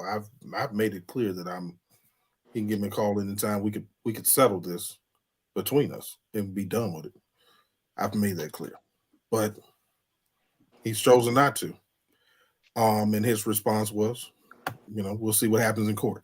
So now we know what happened in court. He can still give me a call. I said to the judge on February the 15th, I said, Judge, I'm sure that we will settle this. All they have to do is give me a call and we can get this done. I don't want to be here. You don't want us to be here. They don't want to be here. We can get this done. I'm sure we can. When they give me a call, I'll be receptive. I told the judge I would be receptive. And so there we are. Anyway, Bishop Collins will not be getting his church back. Wow. That will be a decision that will be left up. That part right there. That's all they need. That's all they need, Jalen. That's it. That's it. It'll be a short conversation. Short conversation. And we'll be done. Y'all know I will come back and tell y'all it's done. I ain't gonna tell you how much it is, but I'll tell y'all it's done, and we'll move on. I promise you. And Bishop White knows he can call me. That's my friend. I like him. I respect him. One of the coolest guys you'll ever meet. Give me a call. Yeah. Do the right thing, church people. Do the right thing. Hey. It is. Anyway, clean it up, clear it up, and move on from this, and let the saints be happy. I mean, this is just ridiculous. We have done this for almost 3 years since this last. I mean, we've been talking about this each time we come on. No one is listening. They're listening, but they think it's a joke. Just because sometimes I come on here laughing, I'm very serious about this. We have been giving you information on how to do this, how to rectify this, how Bishop even told y'all how y'all could win. You still didn't hear him. They didn't hear me. They heard you. If they had to listen, we wouldn't even be here. But that is what it is. Bishop, the fact is, people are listening. It's just they want to put it in somebody else's hands to handle. Yeah. It's This is your church. It's yours, mine. It's all 60 million members. This is your church. If you like the way it is or get upset about the way it is, you're responsible for it because you do nothing. Why be a delegate and not use the power that you hold to make change? I mean, the reality of it is we wouldn't even be here if a delegate had stood up and said, wait a minute, it's a problem.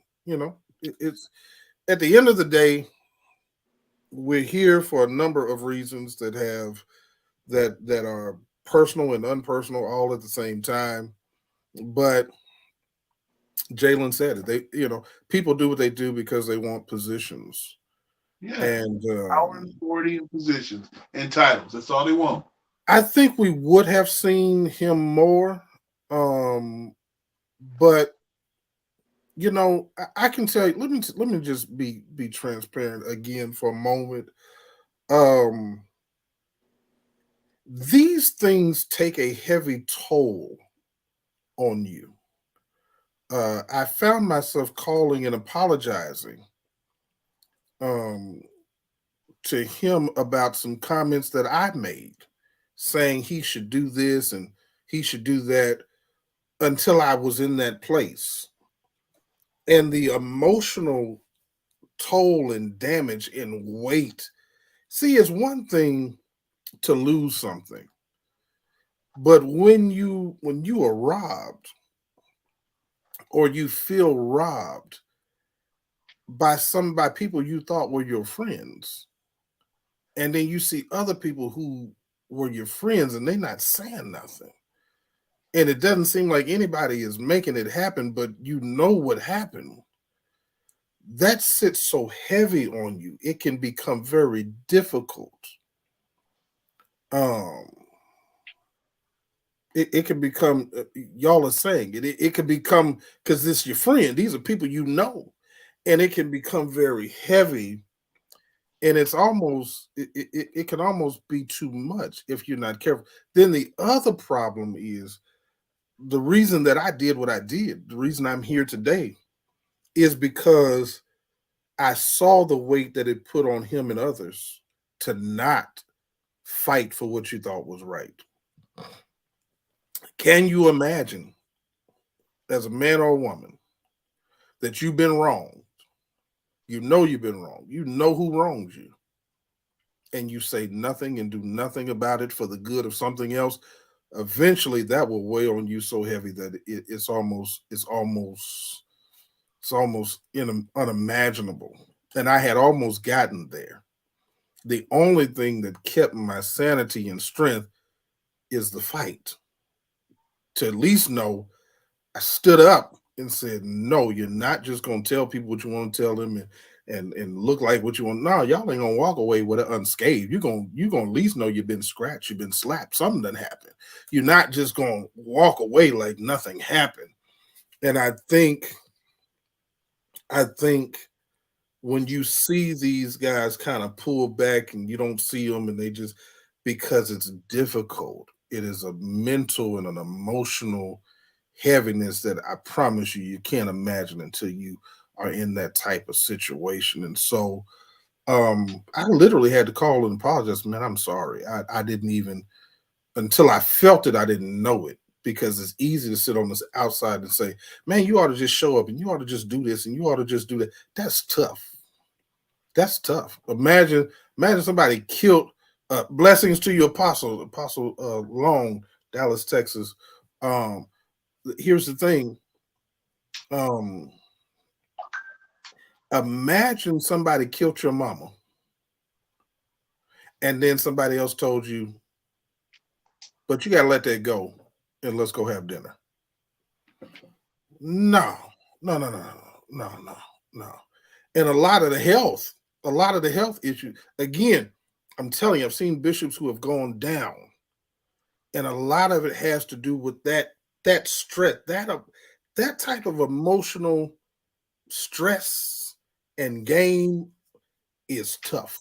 It is. I don't care how strong you are, and I consider myself a really strong person, but it's set on me to the fact. I mean, Gail is here, Apostle Long. A lot of people are in here. They can tell you, I literally pulled out of everything for probably 6, 8 weeks because I just had to deal with the struggle of what do I do. It is hard to. There you go, Jay. It's hard to let it go, and the problem is you're not designed to let it go. You're designed to take care of it. And where a lot of them struggle is because they never say nothing. And so then you deal with the embarrassment of that. You deal with the self not hatred, but just dealing with yourself having not done anything because I mean, think about it. That's why you'll see people and their child got killed by somebody and they let them get arrested. They almost never get over it because as a father, my job was to kill you. You wasn't supposed to kill my daughter, and I let you make it. Right? I'm supposed to do something about it. And so it's that sort of heaviness. I know that seems dramatic, but it's that kind of heaviness when you feel like you have been robbed of something. And so, as much as people want to, with Bishop Daniels or Bishop Hines or Bishop Thomas, a number of people, um, it's very difficult. It's a process, especially if you did. It's a different difficulty. Y'all see me and I'm good, but that's because I'm doing something about it. I'm just letting it go. It's harder. I think what drove me to that place was the concept of letting it go and thinking, man, it's just easier to just walk away and man, let that. I don't care what they do. But it was so heavy that even if I had done that, that would have been worse on me than to actually pursue. What I looked for was for the court to say, absolutely, y'all did something wrong. And sometimes just to hear that validated is more important than what you get out of it.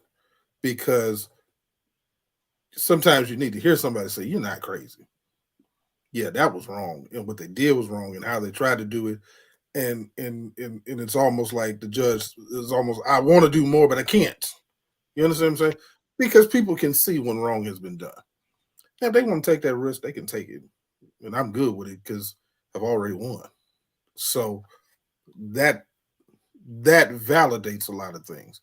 But so don't be y'all try not to be so hard on them. It is till you've been there, man. It's tough to process. And I was one that was hard. I was one that was calling saying, "Hey, he need to show up." But I literally called back and said, "Man, I'm sorry," because until I knew it, until I felt it, until I've been there, you can't even process that. So anyway, Bishop Kyles will not be getting this church back at all. Um, Will he be able to keep the church that he did start? No, he can he can keep that, but he's not okay, getting he's that. not getting manual. Okay. That will go Evangelist to Temple. whoever the jurisdictional bishop is, if there's a jurisdictional bishop. Now, Jordan, what you talking about?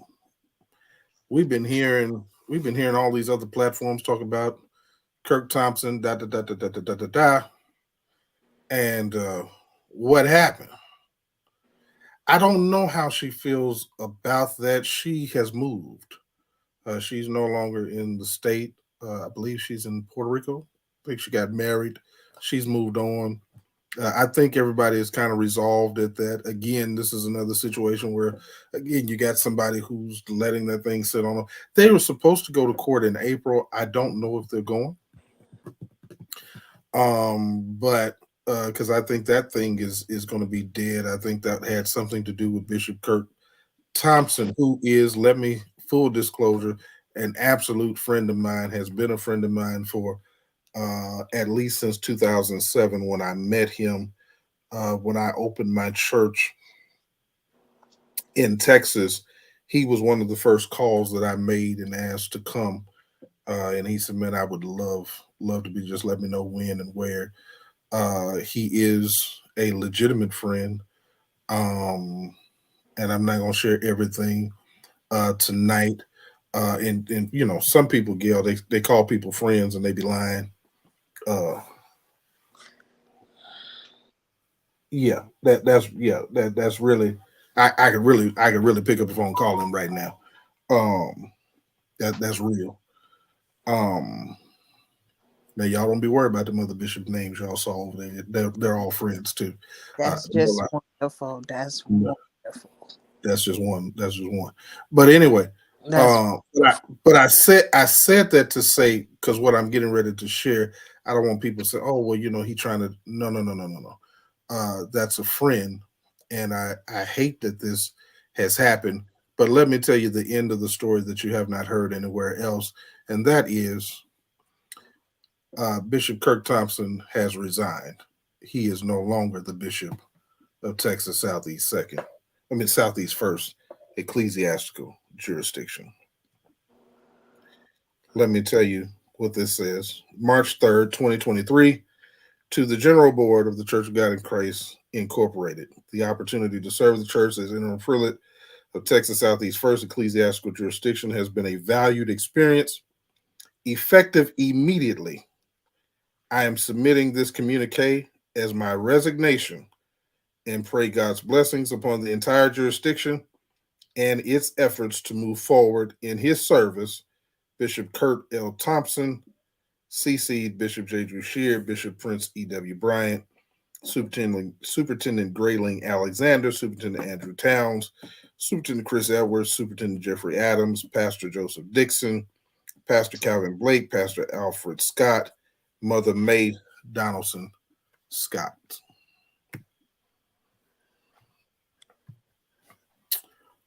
He is no longer um, Bishop Kyles is no longer a bishop and cannot get his church back. That's a decision that has been made by uh, the person overseeing that and the board, and uh, so while Bishop Kirk Thompson was in place to become to be officially installed and consecrated as the bishop of that jurisdiction, he has now uh, He's now resigned, and he is no longer in that process.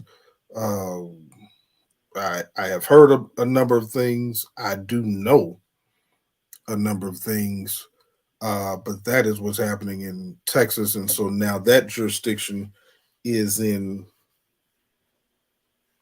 mm, somewhat of turmoil, um, because the extensions committee is still scheduled, from my understanding, to go down. They were supposed to be going down to investigate and make a report as to the viability of that jurisdiction, um, that they have just kind of left out there for a number of years.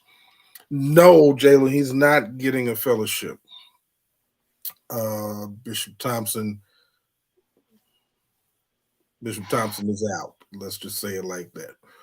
Um, he's not getting a fellowship. He's not interested at this point, um, in any of that.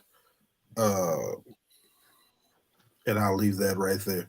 Um, So is he a bishop without charge? no, he was only an auxiliary bishop anyway. Okay. He was never a jurisdictional bishop. He was the interim jurisdictional bishop appointed by Bishop Charles Edward Blake. But he was there for a number of years, though. Yes. Very long time. Yeah, he was. Mm. But I'm not fooling with you, Jalen. I'm not. Uh, I Well, don't know what I don't know what my friend will ultimately do. Whatever he does, he'll be successful at it. He was successful before. He'll be successful in whatever he chooses to pursue. It's just a lot going on in Houston. I'm not going to talk about it all tonight, because there are a number of things. Some are validated, some are not. And so I do have knowledge as to what this was about. Um, but at the end of the day, those men have a decision to make. Um, there are a couple of bishops that I know of that would certainly love to uh, either take that jurisdiction and merge their own with it, or merge them into theirs. Houston, there you go, Haynes. Houston, we have a problem. So that y'all now understand why that is part of the title of tonight's show. There are issues in Houston, as it relates to Texas Southeast first, and how that will be resolved. I don't know. My opinion, if I was to give it, could it be merged? Sure. You could strengthen uh, a smaller jurisdiction, or you have a couple of you've got a couple of foreign bishops of foreign jurisdictions in Texas that I think, um, you could look at doing something like that. I think, in my opinion, if it is kept a jurisdiction, um, if the delegates vote to keep it a jurisdiction, uh, he has a church in Houston, but he does not have a jurisdiction in Houston. His jurisdiction is in New Orleans, but he does still have a church in Houston. In my opinion, if I were advising the men, I would say, if you're going to continue to be a jurisdiction, uh, I would say get a different bishop. Um, I would not necessarily merge if you can show the strength of the jurisdiction. Get somebody who understands the church. Make your presentation to the General Assembly with strength, and get behind somebody who can maneuver you through that process, of staying a jurisdiction and showing that it can be strong. Uh, that's the option. Jalen. Okay, Jalen. Jalen. Jalen. Jalen is crazy. Uh, So at this point is the person that is over Texas Southeast number 1, mhm. Bishop Prince Bryant. Is he overseeing this jurisdiction at this time? He is. He Oh, is. He's overseeing it at this time. Um, uh, I was actually in service with him last Sunday. He's definitely overseeing it at this time. He's been there. I think ever since they had the whole. Uh, I listen. Let me tell you something. I've actually been asked that question, Haynes. I've been asked that question, Jalen. I really have. Would I go to Houston? I was actually asked that question. How long ago? Last year, sometime. oh God. Last I year, think it. sometime. I To think be it quite was. honest, I think it was over 2 years ago.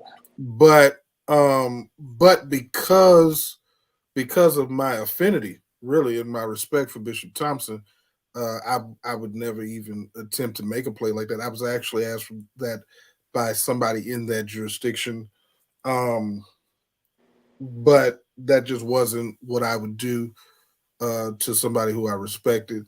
Would I take it now? Yeah, I would. I'd be challenged by the work of it, but at the end of the day, what they will ultimately do, I don't know. I don't know. I've got I've got to work in Houston, um, and I've got uh, my daughters and my son live there. But at the end of the day, I really have struggled with that question as well as to would I even be interested in that if the opportunity presented itself. Because again, you gotta wonder. See, you know what? Y'all messy. Listen, listen. I'm gonna call him and see if he wants it. I'm gonna call him tonight when we get off and see if he wants it. Throw his hat in. He's an elder in the church. I'm gonna ask him to put his hat in and see what happens. He may go ahead and do it. He may listen. Y'all playing. He may do it. He He may said do a it. couple of weeks ago. Sir William had mentioned it on a show he was doing. He's serious. I'm telling He you, has mentioned that he wanted to be a bishop. he No, does. seriously, no. He I does. mean, y'all laughing, He but does. he really would not mind to be a bishop in this church. And some of those pastors in that jurisdiction do. You said Yes, I easily. promise you. I promise you they do. I promise you they do. Again, at the end of the day, though, uh, I think the men have to decide really what they want to do. If they don't, if they don't want to stay together, then choose a bishop and transfer. Constitutionally, they can do that. They don't have to wait um, for for the extensions committee to make a decision. They can just transfer. Just choose who you want to follow. You got bishops out there. Just choose one. But if you want to stay together, I would say stay together and get somebody to help them put together what they need to put together and make the presentation and be done with it. Now he do have files on some of everybody. See, that's why I live the way I live. I promise y'all. Because if you got a file on me, I probably already told it anyway. So Now, don't get it twisted. As much as I love Elder William McCray, he can preach and he knows this church, I have so never heard William preach. Have you? he can preach. Okay. I gotta believe it. And he has had conferences before, so he I knows do how. know he's at conferences. Huh? I do know he's at conferences. He Jalen, you heard him knows. preach? I've never heard William. I'm gonna tell him to send me a tape or something. I'm calling tonight. Send me a tape. I never heard him. I'm still serious. I've heard the Mario preach. I've never heard William. I've never ever in my whole life. Yeah, he knows the church. Well, man, He knows listen, his church. listen. We were at the leadership conference, and me and William were sitting there. We were at the table talking, and if listen, let me tell y'all something. Don't ever believe. Don't ever believe what they tell y'all. Everybody that's anybody that walked past that table stopped to speak to Sir William McCray. Every bishop you can name in every position that you can think of stopped to speak, including, by the way, who was running. He was running. Bishop Lemuel Houston. And William did it on purpose because we were sitting at the table together talking. And William said, "You know why he ran, don't you?" I said, "Yeah, oh yeah, I know why." He tried to, yeah. But it's hilarious. You ought to see. and he loves it, and he loves the Church of God in Christ. He But loves William is like the mayor of the Church of God in Christ. Okay, what y'all hear? Trust he's the me. politician. He's the politician of the church. Y'all trying to figure out why he always sitting in the front of the church because they make room for him. I promise you, they do. William McCray is just that guy. And you know what? That is what he says. William says that Jalen is. You know what? We literally have had that conversation when we really met each other some years ago, probably about 4 or 5 years ago now. He said that's what he felt like his ministry was, and he said, Bishop, to be honest with you, if they wasn't doing that, I had nothing to talk about, and that's just what it is. I mean, it is what it is. Speaking of, let's get to the last point. Because I'm 21 minutes over. So I've been getting a lot of calls, Gil. Elder Banks, I've been getting a lot of calls about the upcoming General Assembly. And people are feeling some kind of way for a couple of reasons. Well, there's two things that they're talking about right now. There's a whole lot of other things that I'm going to talk about later on over the next week or two.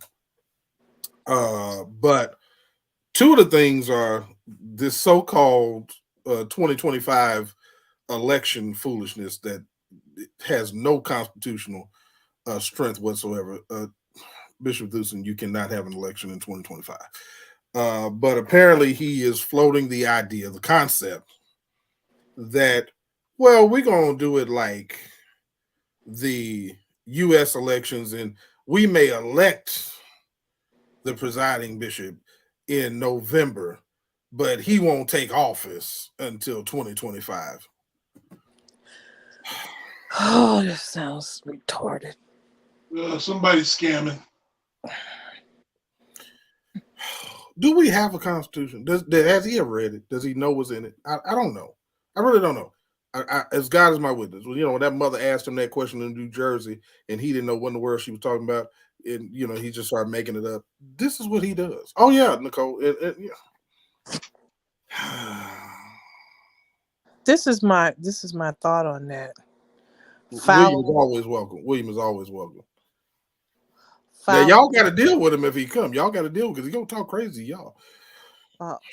Follow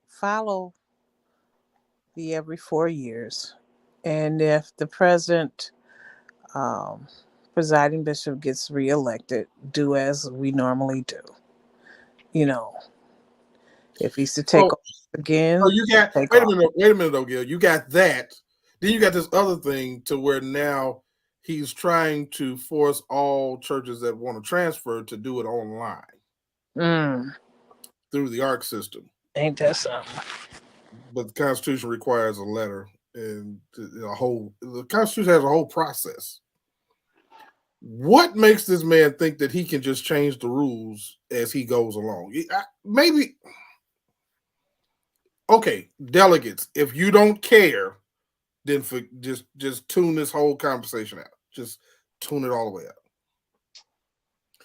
Because if you don't care what power and authority that the General Assembly has, then give up your credential. Just give it up. Because I don't understand. The man is literally just changing the rules as he goes along, and ain't nobody saying nothing. No, Haynes, they have already started it. It's already up. Now, you go into your ARC system, you will see a tab that says church transfer. But he has said, however, if you still want to do it the old way, sir, you got to have, that's in the Constitution. You only change a Constitution with an amendment. You can't change a Constitution by resolution. Resolution is the first open statement to an amendment, but that's not an amendment. It's a resolution. You better know the difference. You got to know the difference. Most people don't understand the difference between a resolution and an amendment. We're going to talk about that on Thursday because y'all got to know what, come on. We done been ran by resolutions because people just don't know resolutions don't override the Constitution. You got to have an amendment to change a constitutional rule, law, or authority. Every law is always checked against the Constitution. They can pass a law in any state they want to. But when somebody gets caught up in that law, then that's when they go. How many times y'all done seen it? Remember Obama was the president and he kept passing stuff and they go straight to court and say this is unconstitutional. This law that he just unconstitutional, he signed it, it's unconstitutional. All of this abortion stuff. Now what do you have happening in the states? These people are going straight to court and saying, unconstitutional. Our state law is because it always has to be checked against the Constitution.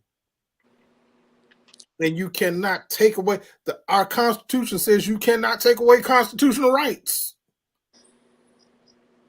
So you can't even pass. They did that in 1968, by the way. Go read it. It says you can't even pass something that takes away a constitutional right. So what are you talking about? So he said transfers are going online. He's trying to put somebody in 2025. And then there's something else I was supposed to be discussing. I wrote it down. Gail, give me a second. Let me find it. Give me a second. Once again, you are viewing The Heat Show along with myself, Shouty Sister Gail, with Minister Marcus Banks, and with Bishop David Jordan. We would like you to do us a favor. If you're on YouTube, please subscribe. And we thank you for viewing the show on YouTube. If you're on Facebook, please like and share. We appreciate that so much. If you would like to be a monetary blessing to Bishop Jordan, you can reach his Cash App at # Bishop D. Jordan. And you can send your donation, love gift, whatever you want to call it, by way of Cash App. All donations are tax deductible. Again, if you would like to contribute to the ministry of Bishop David Jordan, his Cash App is $ Bishop D. Jordan. And again, all donations are tax deductible. Now back to our show. And we thank you so much for viewing on this evening. Please like and share, whether you're on Facebook or if you're on YouTube, please subscribe. Thank you. Back to you, Bishop. So we have an opportunity. There's an opportunity to get another J.O. Patterson Jr. or with another Bishop Levi Willis. What does it take? We're going to talk about it on Thursday because the delegates have an opportunity to do something, but that's the only people who can. There are some things that happen within the church realm, denominations, organizations, that even the court will not get involved in. Internal governance is one of them. Courts can only get involved with religious organizations when it comes to breach of contract, tort cases, which means injury, harm, intentional or otherwise. There are just certain exceptions to it. But other than that, it's left up to your self-governance. And the fortunate thing is that the Church of God in Christ Incorporated is a organization that has rules and bylaws and structure. But if you don't know what they are, then you don't know how to use it. It's like having a tool in your toolbox, but you don't know what it's for. And then you don't know how to use it. And so, um, you're tightening up a screw, but uh, you don't know what's the strength of it that you're supposed to have, how many nanometers or whatever it is that you're supposed to tighten it to. And so you end up breaking something or missing something or messing something up. But either way it goes, it's not done right. And from that to even now, um, him trying to say that it is the chairman that decides the rules. That was the third thing, third complaint that I received. Major, because when you get a lot of complaints, but when I look at what is common denominator complaints, then those are the things that are the top three. Um, and that's really how you get to these other two problems, is because you have someone who believes he makes the rules. Now imagine that. This is a General Assembly church, church governed by the people, and you have somebody that is in that position that thinks he tells the people what to do. Not that the people set the agenda, but that he sets the agenda, and that he decides the rules, and that he decides how to govern. We were never designed to operate like that. And unfortunately, um, that is why that's why the man didn't put what was happening on the floor, because that's the argument he never wants to hear made on the floor. He see the problem is not just that he kept me, for instance, out of the out of the election. He didn't want anybody to run because his goal was to keep anybody out. Anybody. See, Gail, that's what people are missing. They think it's just about me. But his goal was to keep anybody out. When you allow that to happen, and play games with the general board, and you play games with the chairmanship, and thank you, thank you. I just want to say it. Many people saw it, and the chairman and the chairman of the pastors and elders council and the leadership was waiting on me. They were going to second the motion. This is what is wrong. The delegates gotta understand. They gotta understand that this was all on purpose. This is about power and control. And it's bigger than one person. Y'all hear me say it all the time. Y'all been hearing me use that word collusion. There are charges that have been pending against the Chief Justice for years, for as long as the chairman has been the chairman.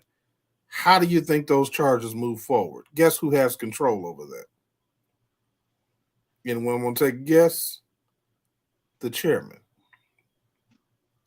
He's the only one with the power to authorize the judicial committee to investigate an officer.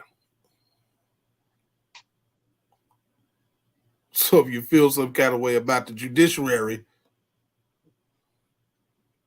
as long as the chairman ain't moving, ain't nothing moving.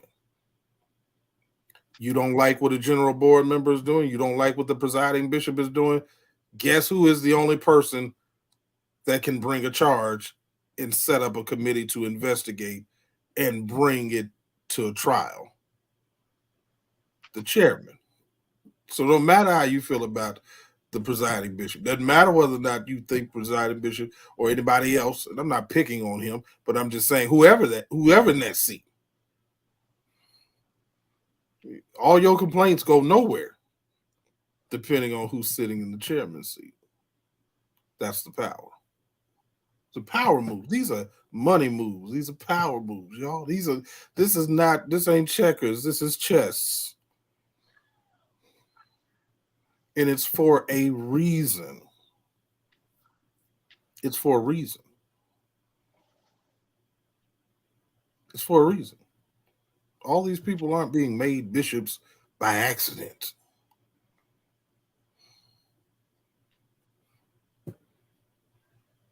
That's where we are. That's where we are.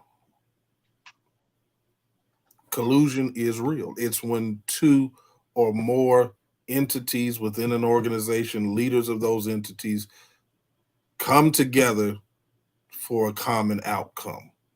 They collude.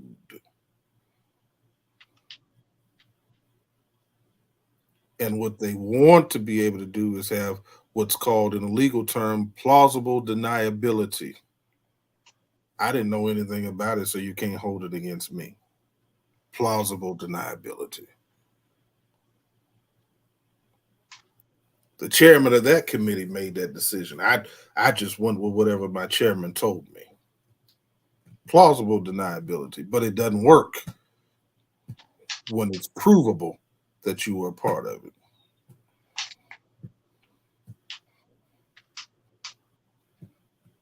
I'm hoping that he don't come through and take them all out. I'm hoping they're smarter than that. But at the end of the day, you cannot, you cannot hold God's church hostage, because God eventually deals with you. At the end of the day, He eventually deals with you, and you know, sometimes it ain't you. Sometimes it's somebody close to you. But be ye not mocked. Whatsoever man soweth, That shall he also reap. that shall he also reap. Oh, you will reap it, my friends. So, so that's where we are. We're going to talk Thursday. We're going to talk to the delegates about how do you remove a chairman. We're going to talk about how you do that legitimately and constitutionally. Is there even a such thing? We're going to talk about how that happens and what that process is. It is possible, and actually, it's possible by motion alone. You don't have to have a trial for that. It's possible by motion alone. I'm sure I'm going to have some people watching on Thursday that ain't talking, but they hear.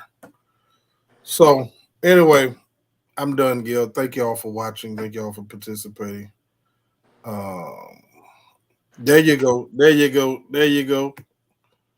Until next time, all you wicked folks have a bad day. Exactly. There we go. Um, Gail, I'm done. I'm done. Elder Banks, man, I appreciate you, sir. Need you on Thursday. We need to talk about the church stuff, um, and we're gonna hopefully make some moves and have some people who are educated, understanding what they need to know. Gail, Make some. yeah, we're gonna make some bad days. I'm subject to get a call telling me, please don't do another show. Well, the people have been asking where we were. We were just waiting. I saw William. He did a live, and William said, when people get quiet, that means they've been bought off, and I knew he wasn't talking about me, but people get that misconception that when you're not talking, that you either running from something, or you settled on something. I done told y'all, hey, listen, if we get it done, we get it done. I come and tell y'all, hey, we got it done, and so we're moving forward, and that's all you can ask. I can only do what I can do, and so I don't, I haven't played around with the people ever. I have told y'all very clear. So you hear somebody say, "Oh, well, he said he wanted this and he wanted that." Yeah, I want it all. Yep, yep. Because if I'm gonna settle, then I want something. Settle. We're gonna settle. So yeah, Jayla, they paid you up. I ain't never getting paid off, but I will settle. Because paid off means that you did something, kind of underhanded. You sold your soul, or you gave up your integrity. No, I'm not doing none of that. I'm not doing none of that. Nah, no. I'm not selling myself. I'm not getting paid off. Now listen, if I preach at West Angeles on Sunday, I've been paid off. I've been paid off. You done paid off, sold in, and I took it. I took it. I took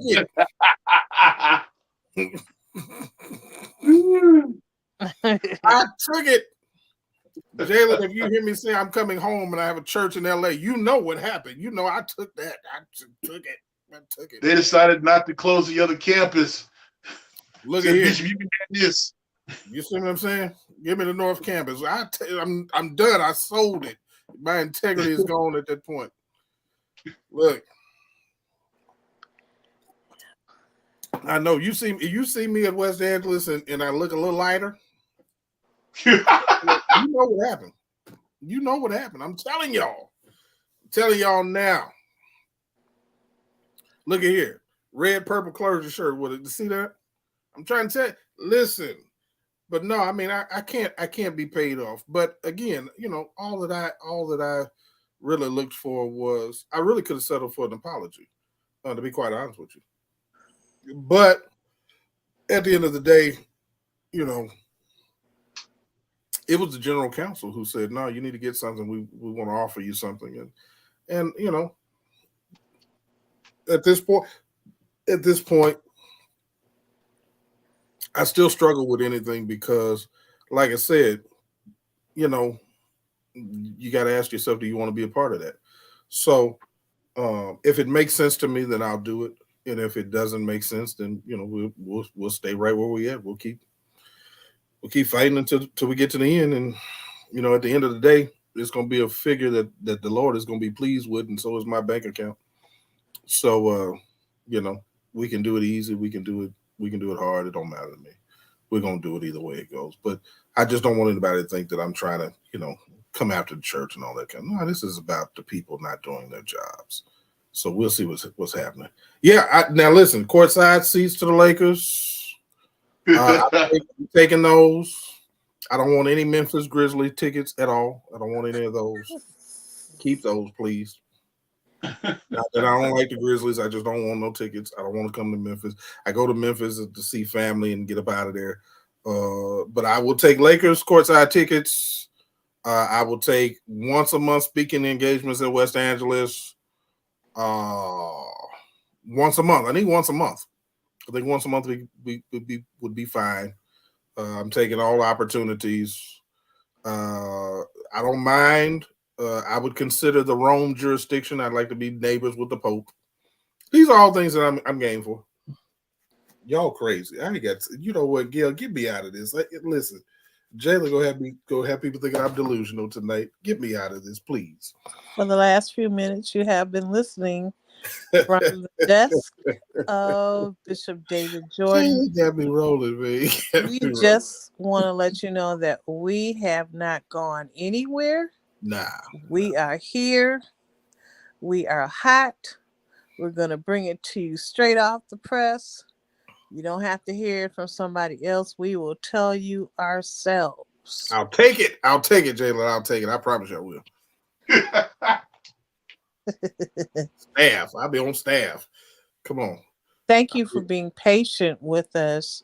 I know a lot of you have been wondering where we were. We were just here. We were here. We were just waiting for the right time.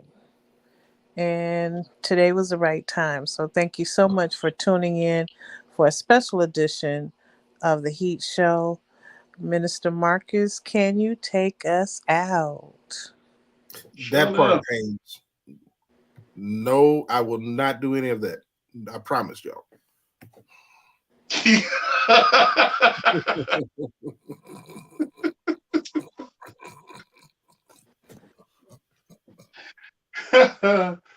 Woo. My God, y'all are fun. I missed y'all.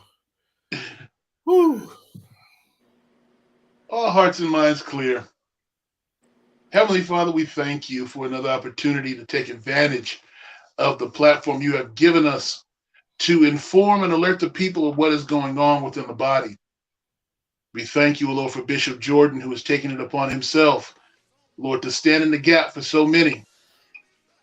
We pray that you give him strength to endure the attacks and barbs that come his way. It just lets us know that the enemy is upset, but we do all things for your glory and honor, oh God. So continue to shield him and cover him with your precious blood. We're praying for our leadership, oh Lord, that they will come into the knowledge of the truth and walk away from the things that they do, oh Lord, that do not line up with your word. Watch over them, O Lord, and forgive them, O Lord. Keep them. We're praying for them, O God, asking that you touch their lives, touch their families, touch their homes, touch their minds, O Lord, that they will see the error of their ways and come forth with repentance. Look upon each and every person, O Lord, that listens to this broadcast, O God. May they leave from it the better. We will look forward to the next time an opportunity to spread the words of truth, for we know in truth people are made free. All these and other blessings in thy Son, Jesus' name. Amen. Amen.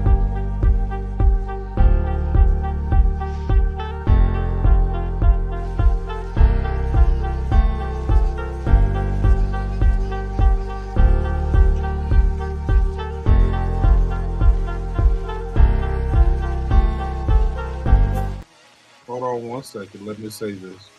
Because I want to say this. I don't want to leave it like that. I want Pastor Charles Blake II to know. Don't ever change who you are. Just stay yourself. You good with me. We'll holler at you later. All right, Gil.